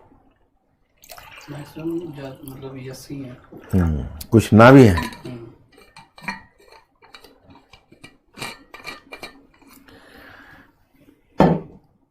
देखो, पहले भी मैं संरक्षणवादी नीति बता चुका हूं, लेकिन कुछ लोग अभी भी संरक्षणवादी नीति में क्लियर नहीं है। बहुत लोग तो आप लोग क्लियर हो, धन्यवाद उसके लिए, लेकिन कुछ लोग अभी भी क्लियर नहीं। तो मैं फिर एक बार संरक्षणवादी नीति समझा रहा हूं, लेकिन शर्त यही होगी कि आगे फिर दोबारा मुझे ना समझाना पड़े। आप लोग सभी लोग फिर इसको अभी गांठ बांध लीजिए कि इसको अब समझ लीजिए, क्योंकि पीछे ही बता चुका हूं और आप भूल जाते हो। भूलना अलाउड नहीं है। भूलते क्यों है पता है? क्योंकि पढ़ने के बाद, जैसे कोई अगर नई चीज तुम सुन रहे हो लेक्चर में, तो पहली बात तो तुम लोग कैसे बैठे हुए हो, मैं विजुअलाइज कर रहा हूं, और पेन और पेपर लेके बैठा करो। तो कुछ ऐसी बात जो नई कही जा रही है और जो तुम्हारे मैटर में नहीं, कुछ बातों समझाने के लिए अलग अलग से मैं बताता हूं, तो उसको, उन आवश्यक बातों को नोट डाउन करने की आदत डालो, पहली चीज। और दूसरी चीज कि रिवाइज करने की आदत डालिए। और हर दिन, जैसे देखो, अगर हमारा हाथ कमजोर है, तुम ही सोचो, और तो हाथ के, जैसे अगर किसी का हाथ में ताकत कम मिलती है तो डॉक्टर क्या कहेगा? इस हाथ को रेस्ट दीजिए, काम नहीं करने दीजिए, तो और कमजोर हो जाएगा। उसको क्या करना होता है? डंबल करिए, डंबल करिए, वजनदार चीजें उठाइए, हाथ मजबूत होगा। दिमाग को कैसे मजबूत बनाएंगे? दिमाग का यूज करेंगे, और दिमाग का यूज करेंगे का मतलब है जो हमने पढ़ा है, समझा है, उस पर सोचेंगे, तो दिमाग हमारा मजबूत होगा। तो ये दो चीज का पालन आप करिए, ये आवश्यक चीजें नोट डाउन करिए और हर दिन 20 से 25 मिनट टाइम सोचने पर दीजिए। देखिए, हमें वर्षों का काम महीनों में करना है, महीनों का काम डेज में करना है और डेज का काम घंटों में करना है, तभी हम इस समुद्र को पार कर पाएंगे। तो इस काम को करने के लिए आप लोगों को भी थोड़ा कॉन्शियस रहना पड़ेगा। और आप लोग तभी यूथ हो, आप लोगों का माइंड अभी बहुत कैपेसिटी है, उसमें केवल इस्तेमाल नहीं हुआ है, बहुत आप कैपेबल हो इस मामले में। तो अब देखिए, होता यह है कि जैसे मान लीजिए हमारा प्रोडक्ट, आप औद्योगिकरण में हमसे आगे हो, आपके उद्योग ज्यादा विकसित हैं, तो आपके प्रोडक्ट हमारे प्रोडक्ट से 20% सस्ते हैं। अब आप अपना प्रोडक्ट हमारे यहां निर्यात करोगे तो हमारे लोग हमारा प्रोडक्ट नहीं खरीदेंगे, आपका प्रोडक्ट खरीद लेंगे। तो हमारे जो भी पिछड़े हुए उद्योग है वो तो और भी पिछड़ जाएंगे और भी विनाश के कगार पर चले जाएंगे। तो हम एक उपाय करेंगे, आपका जो प्रोडक्ट आएगा हमारे प्रोडक्ट से 20% सस्ता होगा, तो हम उस पर 40% चूंगी लगा देंगे। तो 40% चूंगी लगा देंगे तो अब आपका प्रोडक्ट हमारे प्रोडक्ट से 20% महंगा हो जाएगा। और जिस समय आपका प्रोडक्ट हमारे प्रोडक्ट से 20% महंगा होगा तो हमारे लोग फिर हमारे प्रोडक्ट को खरीदेंगे। तो इसको कहते हैं संरक्षणवादी नीति, अर्थात हमने अपने उद्योगों को संरक्षण दे दिया आपके उत्पादों के विरुद्ध। तो यही चीज आपको समझना है। तो जिस समय ब्रिटेन मुक्त व्यापार की नीति का नारा दे रहा था, यूरोपीय देशों को भी ब्रिटेन इस बात के लिए पटा रहा था, राजी कर रहा था कि आप सभी मुक्त व्यापार की नीति अपनाइए, तो संयुक्त राज्य अमेरिका ने संरक्षणवादी नीति अपनाया। आप देखो, संयुक्त राज्य अमेरिका, हालांकि अभी थोड़ी इकोनॉमी उसकी डवाडोल हो गई है, चाइना ज्यादा, लेकिन चाइना की भी स्थिति कोई बहुत अच्छी नहीं है। लेकिन एक समय ऐसा था कि संयुक्त राज्य अमेरिका की इकोनॉमी जो दुनिया की, मतलब एक समय क्या, कुछ 2-4 वर्ष पहले ही थोड़ा बेटर पोजीशन था। तो अब तो खैर अमेरिका ने अपनी संरक्षणवादी नीति चाइना के डर से अपनाई है, नहीं तो संयुक्त राज्य अमेरिका की यही शिकायत रहती थी तृतीय विश्व के देश, अपना बाजार खोलिए, अपना बाजार खोलिए। बराक ओबामा हमारे यहाँ स्पीच देकर गया कि इंडिया ने अपने बाजार को बंद कर रखा है, हमारे लिए इंडिया अपना बाजार नहीं खोल रहा हमारे उत्पाद के लिए। लेकिन संयुक्त राज्य अमेरिका को समझाइए कि आप हिस्ट्री पढ़िए, उनके प्रेसिडेंट को कहिए कि आप हिस्ट्री पढ़िए, तब आपको पता चलेगा कि आप जो दुनिया की आर्थिक महाशक्ति बने हैं वो अपनी संरक्षणवादी नीति के माध्यम से बने हैं। हमारी अर्थव्यवस्था कमजोर है, अगर हम संरक्षणवादी नीति नहीं अपनाएंगे तो क्या होगा। अब हमारा एग्रीकल्चर है, आपने अपने किसानों को सब्सिडी दी हुई है, हेवी सब्सिडी दी हुई है। अब उनके प्रोडक्ट जब हमारे यहां आएंगे तो हमारा क्या होगा। तो मतलब यह है कि संरक्षणवादी नीति अपनाना हमारी मजबूरी है, जो कमजोर अर्थव्यवस्था है उसकी मजबूरी है। जब हम उपनिवेश थे तो जबरन आपने हम पर मुक्त अर्थव्यवस्था की नीति थोपी। अमेरिका ने संरक्षणवादी नीति अपना ली और दुनिया की सबसे बड़ी अर्थव्यवस्था बन गई। इसका जो अमेरिकन प्रेसिडेंट था उसका नाम था हैमिल्टन। हैमिल्टन को इस संरक्षणवादी नीति का जनक कहते हैं। बाद में जर्मनी को भी इसने प्रभावित किया हैमिल्टन ने इस नीति के तहत। तो एक हो गया संरक्षणवादी नीति। तीसरा क्या है, संयुक्त राज्य अमेरिका का क्या नीति है, इसको देखिए। तीसरा है आधुनिक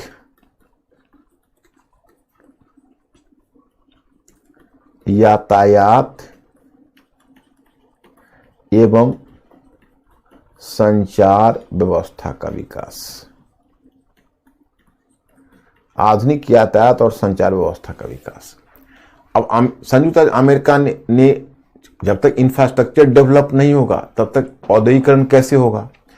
तो आप जब तक गृह युद्ध से पहले तो उत्तरी अमेरिकी पार्ट और दक्षिणी अमेरिकी पार्ट विभाजित थे, आपको पता ही है, क्योंकि दोनों का आर्थिक विभाजन था। एक में कृषि थी दास पर आधारित, दूसरे में औद्योगिकरण चल रहा था। जब गृह युद्ध वगैरह समाप्त हुआ तब उत्तर और दक्षिण अमेरिका का आर्थिक एकीकरण हुआ, तो बड़े पैमाने पर इंफ्रास्ट्रक्चर का डेवलपमेंट किया गया। कम्बरलैंड रोड बना, आपको मेरे मटेरियल में मिलेगा।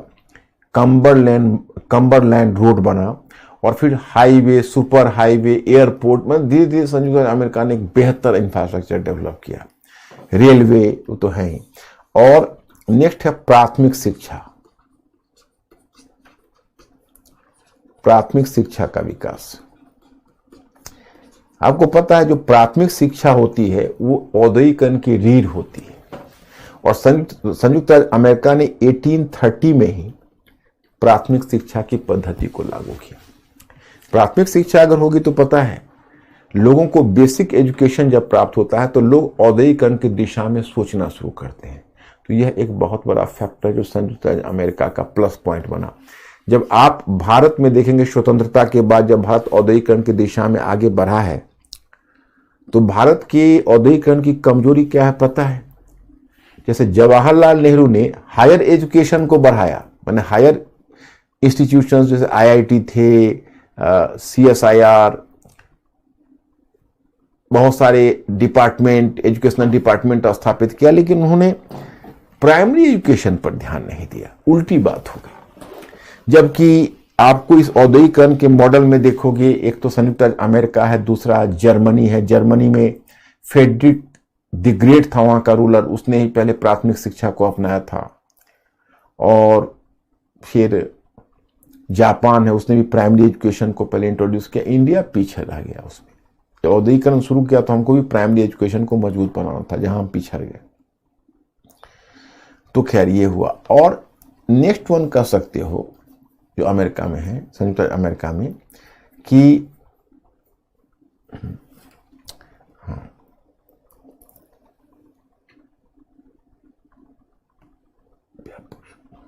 व्यापक शोध पद्धति के माध्यम से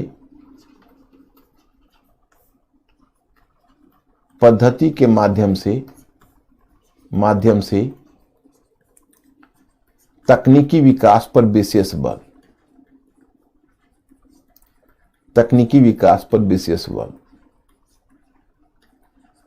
मतलब आपको सूचना ये मिलती है कि संयुक्त राज्य अमेरिका की मजबूरी थी, वहां पर लेबर बड़ा महंगा था। तो अगर वो श्रम पर आधारित उद्योग को स्थापित करते तो उतने लेबर को सैलरी देना मुश्किल होता और उसमें लाइफ बहुत कॉस्टली हो जाता। तो बदले में इन्होंने क्या किया कि तकनीकी विकास पर विशेष बल दिया। आज भी तो देखते हो लेबर स्कार्सिटी संयुक्त अमेरिका में है कि हम लेटेस्ट से लेटेस्ट तकनीकी अपनाएंगे, और उनका कहना था कि हम तकनीकी पर आधारित उद्योगों की स्थापना पर विशेष बल देंगे। इन्होंने तकनीकी पर आधारित उद्योगों की स्थापना पर विशेष बल दिया। तो इससे क्या हुआ कि अमेरिका की जो अर्थव्यवस्था है वो हाई टेक्नोलॉजी और कॉस्टली लेबर पर आधारित वो मॉडल बन गया। जो भी देश इस पद्धति को अपनाया उसको सेम समस्या का सामना करना पड़ा कि मतलब हाई कॉस्ट इकोनॉमी बन गई। क्योंकि तकनीकी, अब तो अमेरिका में जब तकनीकी के सहारे आप आगे बढ़ोगे ज्यादा तो विषमता बढ़ेगी, क्योंकि लेबर को जितना रोजगार दोगे तभी तो समाज में आर्थिक समानता ज्यादा बेहतर आएगी। तो ये है आपको संयुक्त अमेरिका का औद्योगिकरण का मॉडल। अब आते हैं जर्मन मॉडल। देखो, अब तुम अगर जर्मन मॉडल की बात करोगे तो जर्मन मॉडल में सबसे पहले होगी समस्या, कि जर्मनी के सामने समस्या क्या है। तो आप तो जर्मनी के एकीकरण वाले टॉपिक को भी कर चुके हो। तो जर्मनी की समस्या जानते हो कि जर्मनी की सबसे बड़ी समस्या यह है कि जर्मनी बेसिकली 300 छोटे छोटे या 200 छोटे छोटे राज्यों में बटा हुआ था। तो पहली समस्या यह थी कि एकता का अभाव था। ओके। और फिर दूसरी समस्या यह थी कि जर्मनी में कुछ क्षेत्रों में अभी भी सामंतवाद कायम था। तो कहोगे सामंतवाद कायम होने से कोई समस्या है? हाँ, समस्या है ना। जैसे सामंतवाद कायम होता है तो सामंतवाद की पद्धति में कृषि दासता होती है। तो कृषि दासता में लेबर को, आप किसानों को बांध देते हो जमीन से, वो एक क्षेत्र से दूसरे क्षेत्र में पलायन करके नहीं जा सकते हैं। और चूंकि एक क्षेत्र से दूसरे क्षेत्र में जब तक पलायन नहीं होगा तो फिर श्रम की अधिकता वाले क्षेत्र से श्रम की कमी वाले क्षेत्र में जाना नहीं होता है। तो श्रम की अधिकता वाले क्षेत्र से श्रम की कमी वाले क्षेत्र में जब अतिरिक्त लेबर जाता है तो औद्योगिकरण का रास्ता तैयार होता है। तो वो नहीं हो पा रहा था। तो जर्मन मॉडल की एक कमजोरी यह थी कि जर्मन मॉडल में कृषि दासता होने से या सामंतवाद के होने से श्रमिकों की बेहतर आवाजाही नहीं होती। इसके अलावा आपको मेरे मैटर में एक मिला होगा कि जर्मनी में पितृसत्तावादी कानून भी था। पितृसत्तावादी कानून। ये पितृसत्तावादी कानून क्या था, तो वहां पर आपको मिलेगा, मैंने दे रखा है कि जैसे देखिए उसमें पितृसत्तावादी कानून में यह है कि अगर आप एक क्षेत्र में निवास करते हो तो बिना अथॉरिटी, बिना सत्ता या सरकार की अनुमति के उस क्षेत्र को छोड़कर दूसरे क्षेत्र में आप नहीं जा सकते हो। जो जिस क्षेत्र में है उसी क्षेत्र में निवास करेगा। बिना सरकार और बिना अथॉरिटी की अनुमति के कोई अपना जगह छोड़ के दूसरे क्षेत्र में जाकर नहीं बसेगा। तो ये भी औद्योगिकरण के बेसिक सिद्धांत के खिलाफ है, क्योंकि एक क्षेत्र से जब लोगों का पलायन दूसरे क्षेत्र में होता है और तभी जाकर श्रमिकों की आवश्यकता पूरी होती है, तो यह भी समस्या थी। और एक समस्या कहोगे निवेश की, क्योंकि ब्रिटेन में तो निवेश का काम किसने किया था, तो प्राइवेट कैपिटलिस्ट ने, वहां पर निजी पूंजीपतियों ने औद्योगिकरण में निवेश का काम किया था। अब जर्मनी में उस तरह के निवेशक नहीं थे, तो कौन निवेश करेगा, वो अपने आप में समस्या थी। लेकिन इन समस्याओं के बावजूद भी जर्मनी इस औद्योगिकरण की दिशा में आगे बढ़ा है। तो कैसे, तो पहले तो आप देखोगे नेपोलियन की भूमिका ही हो जाएगी।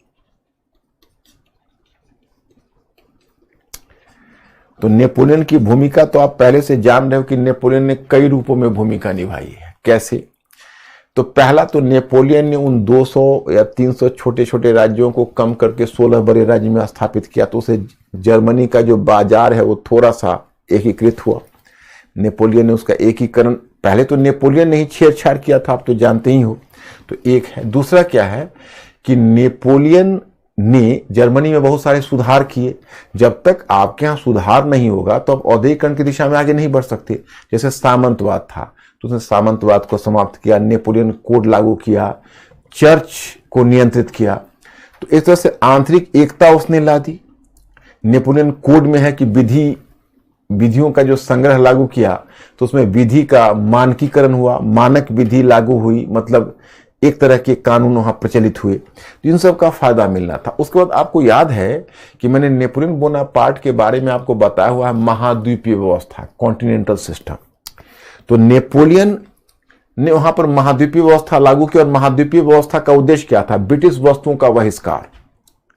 तो जब जर्मनी में ब्रिटिश वस्तुओं का बहिष्कार हुआ, तो ब्रिटिश वस्तुओं के बहिष्कार का एक फायदा जर्मनी को मिला कि जर्मनी की लोकल वस्तुओं की प्रगति हुई। तो नेपोलियन महाराज ने बहुत सारा ऐसा काम कर दिया। अब दूसरा फैक्टर को लीजिए,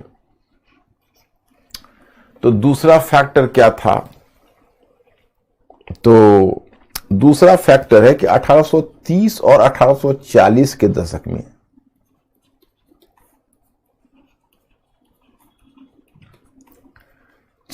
दशक में रेलवे का निर्माण,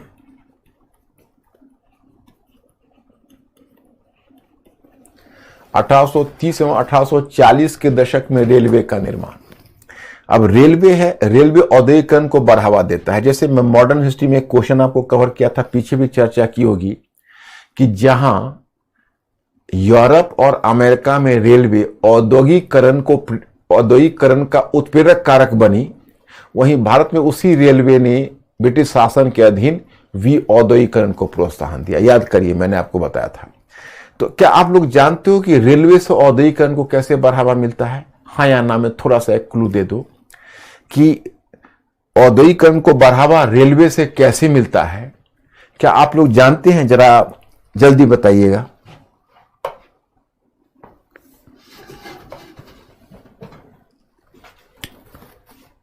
हाँ या ना? यस। ओके, पता है ना। तो रेलवे का विकास हुआ, और वही समय है, आप कह सकते हो, जर्मन अर्थशास्त्री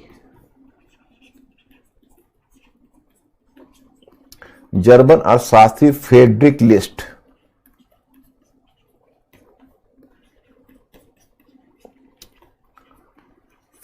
लिस्ट के द्वारा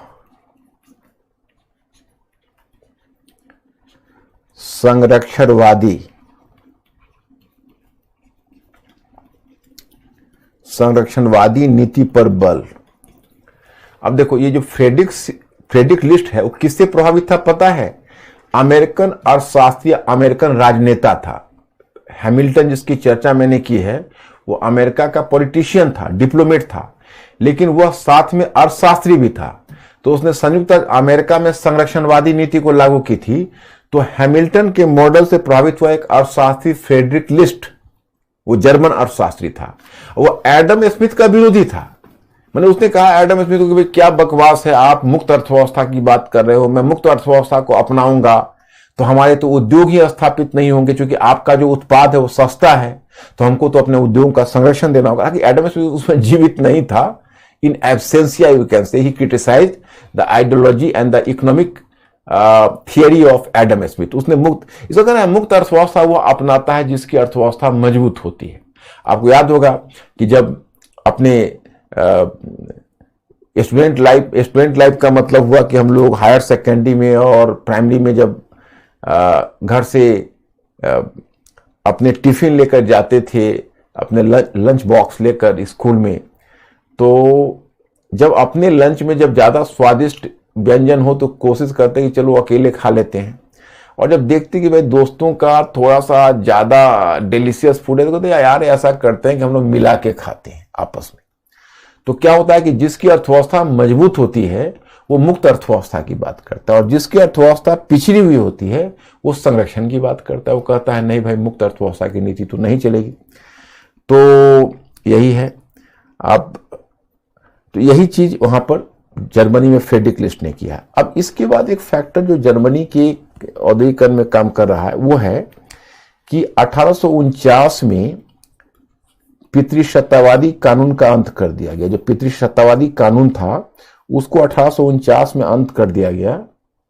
इसका मतलब समझ, तो इसका मतलब यह है कि अब पितृसत्तावादी कानून जब नहीं लागू है तो जिसको जिस क्षेत्र में जाना है जाइए, घूमिए, मूवमेंट करिए, मतलब कोई रुकावट नहीं होगी। तो ये फायदा हो गया। इससे लेबर का एक क्षेत्र से दूसरे क्षेत्र में आवाजाही, जो आना जाना है, वो संभव हुआ। और एक फैक्टर काम कर रहा है कि जो औद्योगिकरण में, जो ब्रिटिश के औद्योगिकरण में जो भूमिका निजी पूंजीपतियों ने निभाई, जर्मन औद्योगिकरण में वही भूमिका निभाई, वह थे joint stock bank. Joint stock bank, देखो ज्वाइंट स्टॉक शब्द से डरना नहीं, मैं ज्वाइंट स्टॉक कंपनी आपको समझा चुका हूं। ज्वाइंट स्टॉक कंपनी क्या है, ज्वाइंट स्टॉक बैंक का मतलब हुआ, ज्वाइंट स्टॉक का मतलब हुआ कि जैसे मान लो 10-5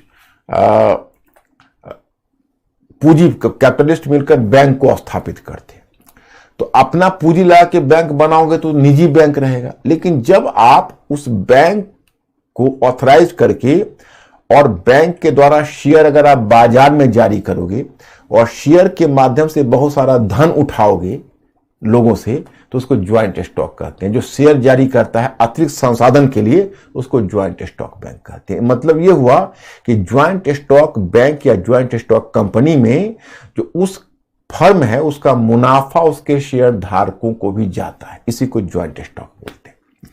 तो ज्वाइंट स्टॉक बैंक ने जर्मनी में औद्योगिकरण में निवेश किया, क्योंकि वहां पर निजी पूंजीपति निवेश करने के लिए अवेलेबल नहीं थे, तो जर्मनी में पूंजी निवेश किया। अब आपको सूचना मिलती है कि भाई देखो जर्मनी का जो औद्योगिकरण है उसका बहुत जल्दी जर्मनी ने तरक्की की। लेकिन तभी जर्मनी को विशेष रूप से एक पॉइंट और दे सकते हो कि एकीकरण के बाद तब औद्योगिकरण को विशेष बढ़ावा मिला। खासकर एकीकरण जब जर्मनी का हुआ तब जर्मनी औद्योगिकरण की दिशा में, चूंकि अब प्रसार पूरे जर्मन क्षेत्र मिल गए आपस में, तो औद्योगिकरण की दिशा में एकीकरण के बाद प्रगति हुई। 3 क्षेत्र में जर्मनी ने लीड किया। ऑटोमोबाइल में अभी भी देखते हो कि सबसे पहली 2 कंपनी ऑटोमोबाइल कंपनी बनी है दुनिया में। एक तो हेनरी फोर्ड ने संयुक्त अमेरिका में फोर्ड कंपनी बनाई है, और दूसरा आप देखोगे जर्मनी में जो पहली बनी है मर्सिडीज बेंज कंपनी है। अभी भी तुम देखते हो जर्मनी लीडिंग है ऑटोमोबाइल प्रोडक्शन में, मर्सिडीज बेंज, BMW, ये सब। तो बेसिकली जो जर्मन गाड़ियां हैं वो अभी भी आगे है। अभी भी आप देखोगे मार्केट में तो जर्मन गाड़ियां, जर्मन और जापानीज ये दोनों है। अमेरिकन भी है, लेकिन अमेरिकन से जर्मन गाड़ी लीड ले गई। तो एक तो ऑटोमोबाइल में जर्मनी ले लिया, दूसरा इलेक्ट्रिकल प्रोडक्ट्स में, जो इलेक्ट्रिकल प्रोडक्ट्स उसमें जर्मनी आगे हो गया, और तीसरा था उसका केमिकल्स, जैसे सिंथेटिक ड्रग जो दुनिया में लाया है। पहले नील से कपड़ों की रंगाई होती थी, तो नील की जगह दुनिया में सिंथेटिक ड्रग कौन लाया है? जर्मन लोगों ने लाया है। और जर्मनी में जो औद्योगिकरण हुई, तो जर्मनी की इतनी तरक्की हुई कि आपको मेरे मैटर में मिलेगा कि जो औद्योगिकरण जो ब्रिटेन ने 100 वर्षों में पाया था, वो जर्मनी 30 वर्षों में पा लिया। 30 वर्षों में जर्मनी ने वो औद्योगिकरण का लेवल पा लिया। और आपको आश्चर्य होगा कि 20वीं सदी के आरंभ तक जो सबसे औद्योगिकृत देश था, या 19वीं सेंचुरी के अंत भी कर सकते हो, उसमें पहला पायदान पर संयुक्त राज्य अमेरिका आया, दूसरे पायदान पर जर्मनी, और ब्रिटेन चला गया तीसरे पायदान पर। और जब जर्मनी का औद्योगिकरण हुआ तो फर्स्ट वर्ल्ड वॉर में देखोगे कैसे बैकग्राउंड तैयार हुआ। मैंने कहा जाता है कि ब्रिटिश लोग बहुत ही एक छापा लेकर रात्रि में अकर कर चलते थे कि हमारे साम्राज्य में सूर्यास्त नहीं होता, तो जर्मन लोगों ने भी काउंटर नारा दिया कि हमें भी सूरज के नीचे जमीन चाहिए। तो नए सूरज के नीचे जमीन चाहिए, हमें भी नया भूभाग चाहिए। मतलब देखो, अब औद्योगिकरण तुम करोगे तो तुमको बाजार चाहिए होगा, तुम वस्तु बेचोगे कहां? क्योंकि तुम्हारा जो घरेलू बाजार है उतनी वस्तुओं को खपत नहीं कर पाएगा, तो बाजार चाहिए। तो दुनिया के बाजारों पर तो ब्रिटेन ने कब्जा कर रखा था, चारों तरफ फैला रखा था।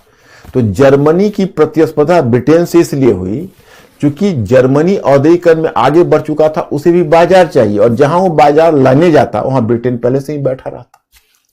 तो एक बहुत बड़ा कारण बना फर्स्ट वर्ल्ड वॉर का ही, आगे हम लोग देखेंगे। तो ये हुआ जर्मनी का औद्योगिकरण। अब तीसरा बंदा कौन है? रूस है। तो रूस के बारे में आपको सूचना मिलती है कि रूस एक महाद्वीपीय आकार वाला देश था। वैसा देश तो आज भी आप देखते हो कि रूस की स्थिति क्या है, और लेकिन महाद्वीपीय आकार वाला देश था।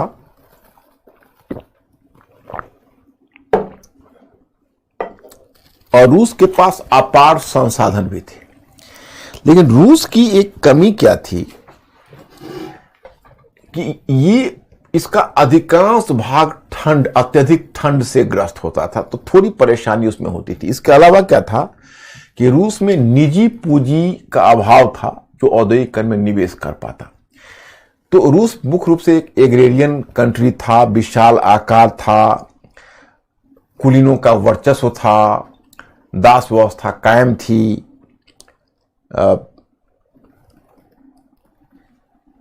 निजी पूंजी का निवेश के लिए अभाव था, बहुत सारी समस्याएं थी। लेकिन फिर भी रूसी लोगों में एक ललक थी कि हमें औद्योगिकरण में आगे बढ़ना है।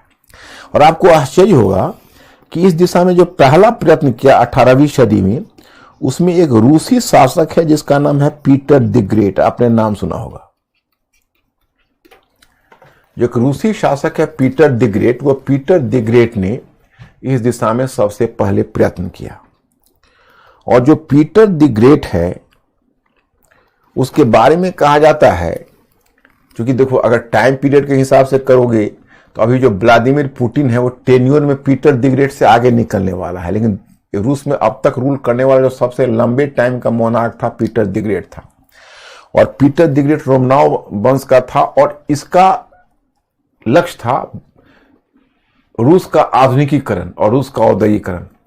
अब देखो ये पश्चिम से रूस का, अगर आप वैसे ही शरीर देखोगे तो रूस एक ऐसा अजगर है जिसका 3/4 भाग एशिया में है और लगभग 1/4 भाग यूरोप में, लेकिन बावजूद इसके वो अपने आप को यूरोपीय साम्राज्य मानता है। उसका मुख्य यूरोप में है, बड़ी एशिया में, लेकिन अपने आप को एशियन पावर नहीं मानता, यूरोपियन पावर हमेशा मानता है। तो पीटर द ग्रेट इतना ज्यादा पश्चिमीकरण से प्रभावित था, आकर्षित था, कि उसने अपनी राजधानी मॉस्को से सेंट पीटर्सबर्ग लाया। मॉस्को से सेंट पीटर्सबर्ग, क्योंकि सेंट पीटर्सबर्ग को पश्चिम की खिड़की कहा जाता है। और वह चाहता था कि हमारे, अच्छा एक्चुअली हुआ क्या था कि 13वीं सदी में जब चंगेज खान का उद्भव हुआ था तो मंगोलों ने रूस को जीत लिया था। तो अब रूस में क्या था कि मंगोल संस्कृति फैल गई थी। तो मंगोल लोग हैं वो बड़ी दाढ़ी बढ़ाकर रखते थे और टर्बन पहनते थे, बड़ी दाढ़ी बनाते थे और टर्बन पहनते थे। टर्बन कहते हैं किसको, उसको पगड़ी। तो वो बड़ा अनस्मार्ट लगता था पीटर द ग्रेट को। पीटर द ग्रेट चाहता था कि पश्चिमी लोगों की तरह हमारे कुलीन भी स्मार्ट दिखे। तो उसने क्या किया कि, और उसके कुलीन बड़ी बड़ी दाढ़ियां रखते थे, तो उसने दाढ़ी पर कर लगा दिया। पहला दुनिया का शासक है जिसने दाढ़ी पर कर लगाया ताकि उसके कुलीन जो है वो क्लीन शेव्ड हो जाए। तो उसने दाढ़ी पर कर लगाया। और जानते हो, उसने स्वयं तंबाकू के सेवन को प्रोत्साहन दिया। कहते हैं कि वो खुद पाइप में तंबाकू सुलगा के अपने कुलीनों को देता था ताकि अगर तंबाकू पिएंगे तो वह स्मार्ट होंगे। अब देखो, ये भी दुनिया की विडंबना है कि पश्चिमी देशों ने तंबाकू फैलाया, तंबाकू का सेवन दुनिया में, और ऐसा मानते थे कि तंबाकू का सेवन करने वाला, सिगरेट पीने वाला, पाइप पीने वाला, उसको स्मार्टनेस की निशानी तब मानी जाती थी। और वही तंबाकू दुनिया के लिए एक समस्या बनी हुई है। तो पीटर द ग्रेट, उसके बारे में कहा जाता है कि वह मजदूर के वेश में स्वयं हॉलैंड और ब्रिटेन जाता था और वहां से वह उद्योगों का प्रारूप चुरा कर लाता था मजदूर के वेश में, और अपने यहाँ उद्योग स्थापित करना चाहता था। तो कहते हैं कि उसने कुछ उद्योग स्थापित किए थे अपने प्रयास से, और उसमें कुछ दासों की नियुक्ति की थी। पीटर द ग्रेट का केवल एक स्वप्न था औद्योगिकरण, लेकिन 18वीं सदी में औद्योगिकरण संभव भी नहीं था, तो उसका प्रयास लगभग विफल ही रहा। लेकिन 19वीं सेंचुरी में रूस औद्योगिकरण की दिशा में आगे बढ़ा, और इसमें जो पहल की उसमें रूसी शासक था, उसका नाम था जार अलेक्जेंडर द्वितीय। जार अलेक्जेंडर द्वितीय के समय इस दिशा में विशेष प्रयत्न हुआ, क्योंकि जार अलेक्जेंडर द्वितीय को कहा जाता है कि इसने दास व्यवस्था का उन्मूलन 1861 में किया था। दास व्यवस्था का उन्मूलन किया इसने, और फिर इसने रूस में औद्योगिकरण की दिशा में प्रगति की। इसका एक प्रधानमंत्री था, उसका नाम था सर्जेई विट्टे, और सर्जेई विट्टे ने औद्योगिकरण की दिशा में विशेष रूप से प्रगति की। और एक और भी दिलचस्प बात बताऊं कि जो रूस का औद्योगिकरण है वो आपको मेरे मैटर में मिलेगा या मेरे मैटर में मिला होगा, वो गेर्सेन क्रोन मॉडल पर आधारित था। गेर्सेन क्रोन मॉडल। अब कहोगे ये गेर्सेन क्रोन मॉडल क्या है? जैसे अब एक अर्थशास्त्री जिसने संयुक्त अमेरिका के मॉडल को प्रभावित किया वो हैमिल्टन कहलाया, जिसने जर्मन मॉडल को प्रभावित किया वो फ्रेडरिक लिस्ट कहलाया। तो जो गेर्सेन क्रोन है, वो गेर्सेन क्रोन भी एक अपने आप में एक नई तरह का अर्थशास्त्री है। उसका मानना है कि जो, देखो उसका क्या कहना है, मेंटली अलर्ट होना, कि जो औद्योगिकरण की दिशा में बाद में आता है, मतलब औद्योगिकरण की दिशा में पहले आ गया हो तो ठीक है, लेकिन जो औद्योगिकरण की दिशा में बाद में आता है, बाद में शुरू करता है, उसको प्रथम जो औद्योगिकृत देश होता है उसका मॉडल अपनाने की कोशिश नहीं करनी चाहिए। मतलब जैसे आप औद्योगिकरण में देर से आए तो आप ब्रिटेन का मॉडल अपनाने का प्रयास मत करिए, नहीं तो आपका पराजित होना तय है। उसका कहना है कि जो बाद में औद्योगिकरण की दिशा में आता है उसे प्रथम औद्योगिकृत देश के मॉडल को अपनाने के बजाय उसे अपना पृथक मॉडल विकसित करना चाहिए, पृथक मॉडल विकसित करना चाहिए। और फिर उसने एक दूसरी और दिलचस्प बात और भी कही है जो मैं आपको बताना चाहूंगा। उसने कहा है कि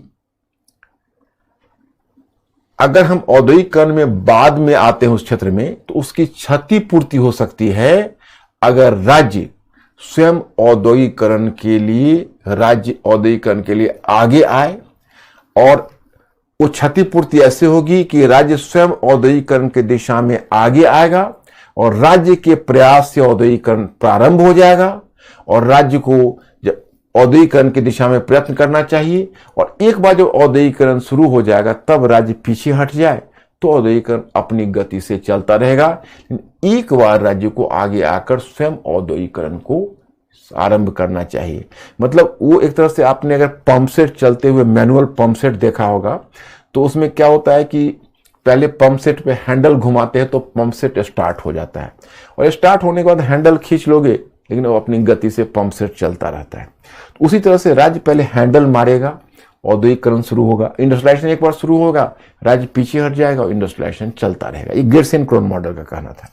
रूस ने इसी मॉडल को अपनाया। तो रूस में तुम देखोगे कि रूस में जब औद्योगिकरण हुआ तो रूस ने एक ही साथ निवेशक का मतलब है कि औद्योगिकरण में पैसा कहां से आएगा, तो सरकार ने लगाया।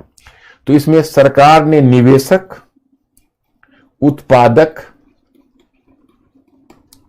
और उपभोक्ता तीनों की भूमिका निभाई।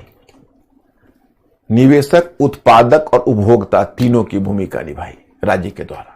तीनों की भूमिका राज्य ने निभाई। मतलब राज्य ही पैसा लगाया उद्योगों को स्थापित करने के लिए, फिर राज्य ने पैसा लगाया उद्योगों को स्थापित करने के लिए, और फिर राज्य ने उत्पादन में भी भूमिका निभाई, और जो वस्तुएं जब प्रोडक्ट हुआ उसको खरीदने में भी राज्य ने भूमिका निभाई ताकि औद्योगिकरण आगे बढ़े। फिर राज्य का बल था पूंजीगत उद्योग की स्थापना पर। देखो, अब पूंजीगत उद्योग में मॉडर्न हिस्ट्री में आपको बता चुका हूं, दो तरह के उद्योग होते हैं।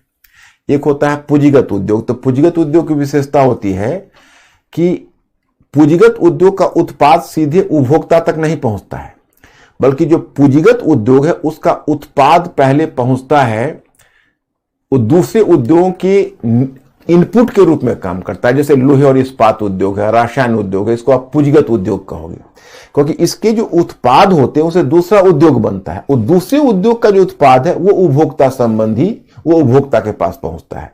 तो दो तरह के उद्योग होते हैं। पूंजीगत उद्योग का मतलब है कि उसका जो आउटपुट होगा वो अन्य उद्योग का इनपुट होगा, और फिर दूसरा होता है उपभोक्ता संबंधी उद्योग, जिसमें आपको कपड़े हैं, छोटी मोटी चीजें हैं, तो वो उपभोक्ता के पास सीधे पहुंचता है। तो माना जाता है कि अगर आपके पास पूंजीगत उद्योग है तब आप औद्योगिकरण की दिशा में आगे बढ़ सकेंगे। तो जो रूस में औद्योगिकरण हुआ उसमें मुख्य रूप से पूंजीगत उद्योग की स्थापना पर बल दिया गया। अब देखिए, अब इस औद्योगिकरण का कुछ प्रभाव है जो आपको देखना है। जैसे राज्य स्वयं निवेशक की भूमिका निभा रहा था, तो राज्य उतना पैसा कहां से लाता? तो राज्य ने कर्ज लिया। तो राज्य के द्वारा कर्ज लिया गया, आंतरिक और बाह्य भी, विशेषकर बाहरी देशों से। तो रूस प्रथम यानी 20वीं सदी के आरंभ तक आकर रूस दुनिया का सबसे कर्जदार देश बन गया, सबसे कर्जदार देश। दूसरा क्या है कि चूंकि औद्योगिकरण राज्य के नियंत्रण में हुआ, इसने किसी स्वतंत्र मध्य वर्ग को जन्म नहीं दिया। इसलिए जहां कहीं भी औद्योगिकरण हुआ माय स्टूडेंट्स, वहां पर एक स्वतंत्र और शक्तिशाली मध्य वर्ग पैदा हुआ। जैसे पश्चिमी यूरोप में देखो, रूसी औद्योगिकरण ने एक शक्तिशाली मध्य वर्ग को जन्म नहीं दिया। इसलिए जब रूस में जब क्रांति होगी, जब सर्वहारा क्रांति होगी या बोल्शेविक क्रांति होगी, तो वो क्रांति को मध्य वर्ग नहीं रोक पाएगा, या मध्य वर्ग उसको अपनी दिशा में नहीं खींच पाएगा जैसा फ्रांस में हुआ था, क्योंकि रूस में मजबूत मध्य वर्ग है ही नहीं। और तीसरी बात यह है कि चूंकि अतिरिक्त धन जुटाने के लिए राज्य के द्वारा किसानों पर अत्यधिक कर लगाया गया, तो किसानों पर अत्यधिक कर लगाया गया तो किसान असंतुष्ट थे, और रूस की क्रांति में किसानों की भूमिका हो जाएगी, जो किसान असंतुष्ट चल रहे हैं। एक और भी रूस के औद्योगिकरण की विशेषता आप देखोगे। जैसे रूस में जो भी उद्योग स्थापित थे, कुछ खास क्षेत्र में ही स्थापित थे, कुछ खास क्षेत्र में ही रूस में उद्योग स्थापित थे। तो अधिकांश मजदूर कुछ खास क्षेत्र में ही थे। तो मजदूर, एक खास क्षेत्र में मजदूरों का जमावड़ा होने का मतलब था कि मजदूरों में धीरे धीरे वर्गीय चेतना तेजी से आने लगी, उनमें क्लास कॉन्शसनेस तेजी से आ गया। तो रूस की जो बोल्शेविक क्रांति, बोल्शेविक मैं बताऊंगा आगे, वो कारण बना। तो मतलब कुल मिलाकर जो रूस का औद्योगिकरण है वो आगे रूस में क्रांति को जन्म देगा। जब मैं रूस की क्रांति पढ़ाऊंगा तो वहां इस तथ्य को और भी स्पष्ट करूंगा। ओके, तो अब एक बच गया इसमें आपका जापान। तो कल मैं जापान भी कवर कर दूंगा, उसमें मुझे लगता है आधे घंटे 40 मिनट लगेंगे, और मैं एक अध्ययन सामग्री आपको कल भिजवा रहा हूं। मिस्टर अंकुर, कल 12 बजे तक इनको समाजवाद और मार्क्सवाद का टॉपिक मिल जाना चाहिए। मैं मैसेज भिजवा दूंगा, आप लोग समाजवाद और मार्क्सवाद वाले टॉपिक को डाउनलोड कर लेना जरूर, अवश्य, उसको नेग्लेक्ट मत करना। तो आज मैं अब यहीं रुक जाऊं। आज मैंने थोड़ा सा आपको 8 मिनट ज़्यादा लिया, कल आपका क्लास नहीं हुआ था, मुझे अफसोस है। और हम लोग इसको जारी रखें, और आप लोगों को सोचने वाला प्राणी बनना है, ये बात भी ध्यान रखिएगा। कोई भी दिक्कत हो तो मैं मौजूद हूँ, कोई प्रॉब्लम नहीं है। और मिस्टर अंकुर, अब चलने की तैयारी की जाए। ओके, ठीक है my students, I will see you tomorrow. Good night. Oh homework, आहा, तो पहले कहते ना। अभी हम बच्चों हाँ, अभी है, कट नहीं हुआ। कट नहीं हुआ है ना। हाँ, तो क्वेश्चन लिख लीजिए लास्ट में, इसे होमवर्क याद दिला देना, एक क्वेश्चन तुम लोगों को रोज लिखना है।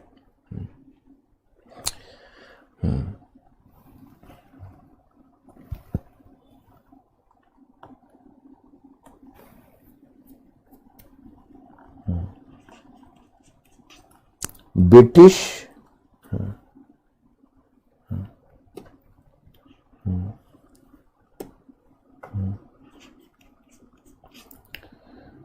ब्रिटिश औद्योगिक क्रांति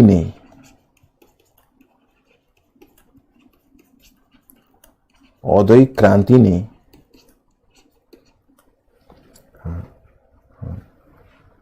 ब्रिटिश समाज एवं संस्कृति को बदल दिया। समाज एवं संस्कृति को बदल दिया। इस कथन पर टिप्पणी कीजिए।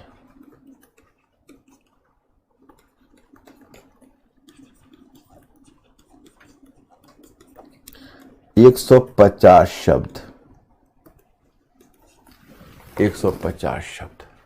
ओके, अब मैं स्टूडेंट्स अब रुकते हैं, कल मिलते हैं। Okay, thank you very much, I will see you tomorrow.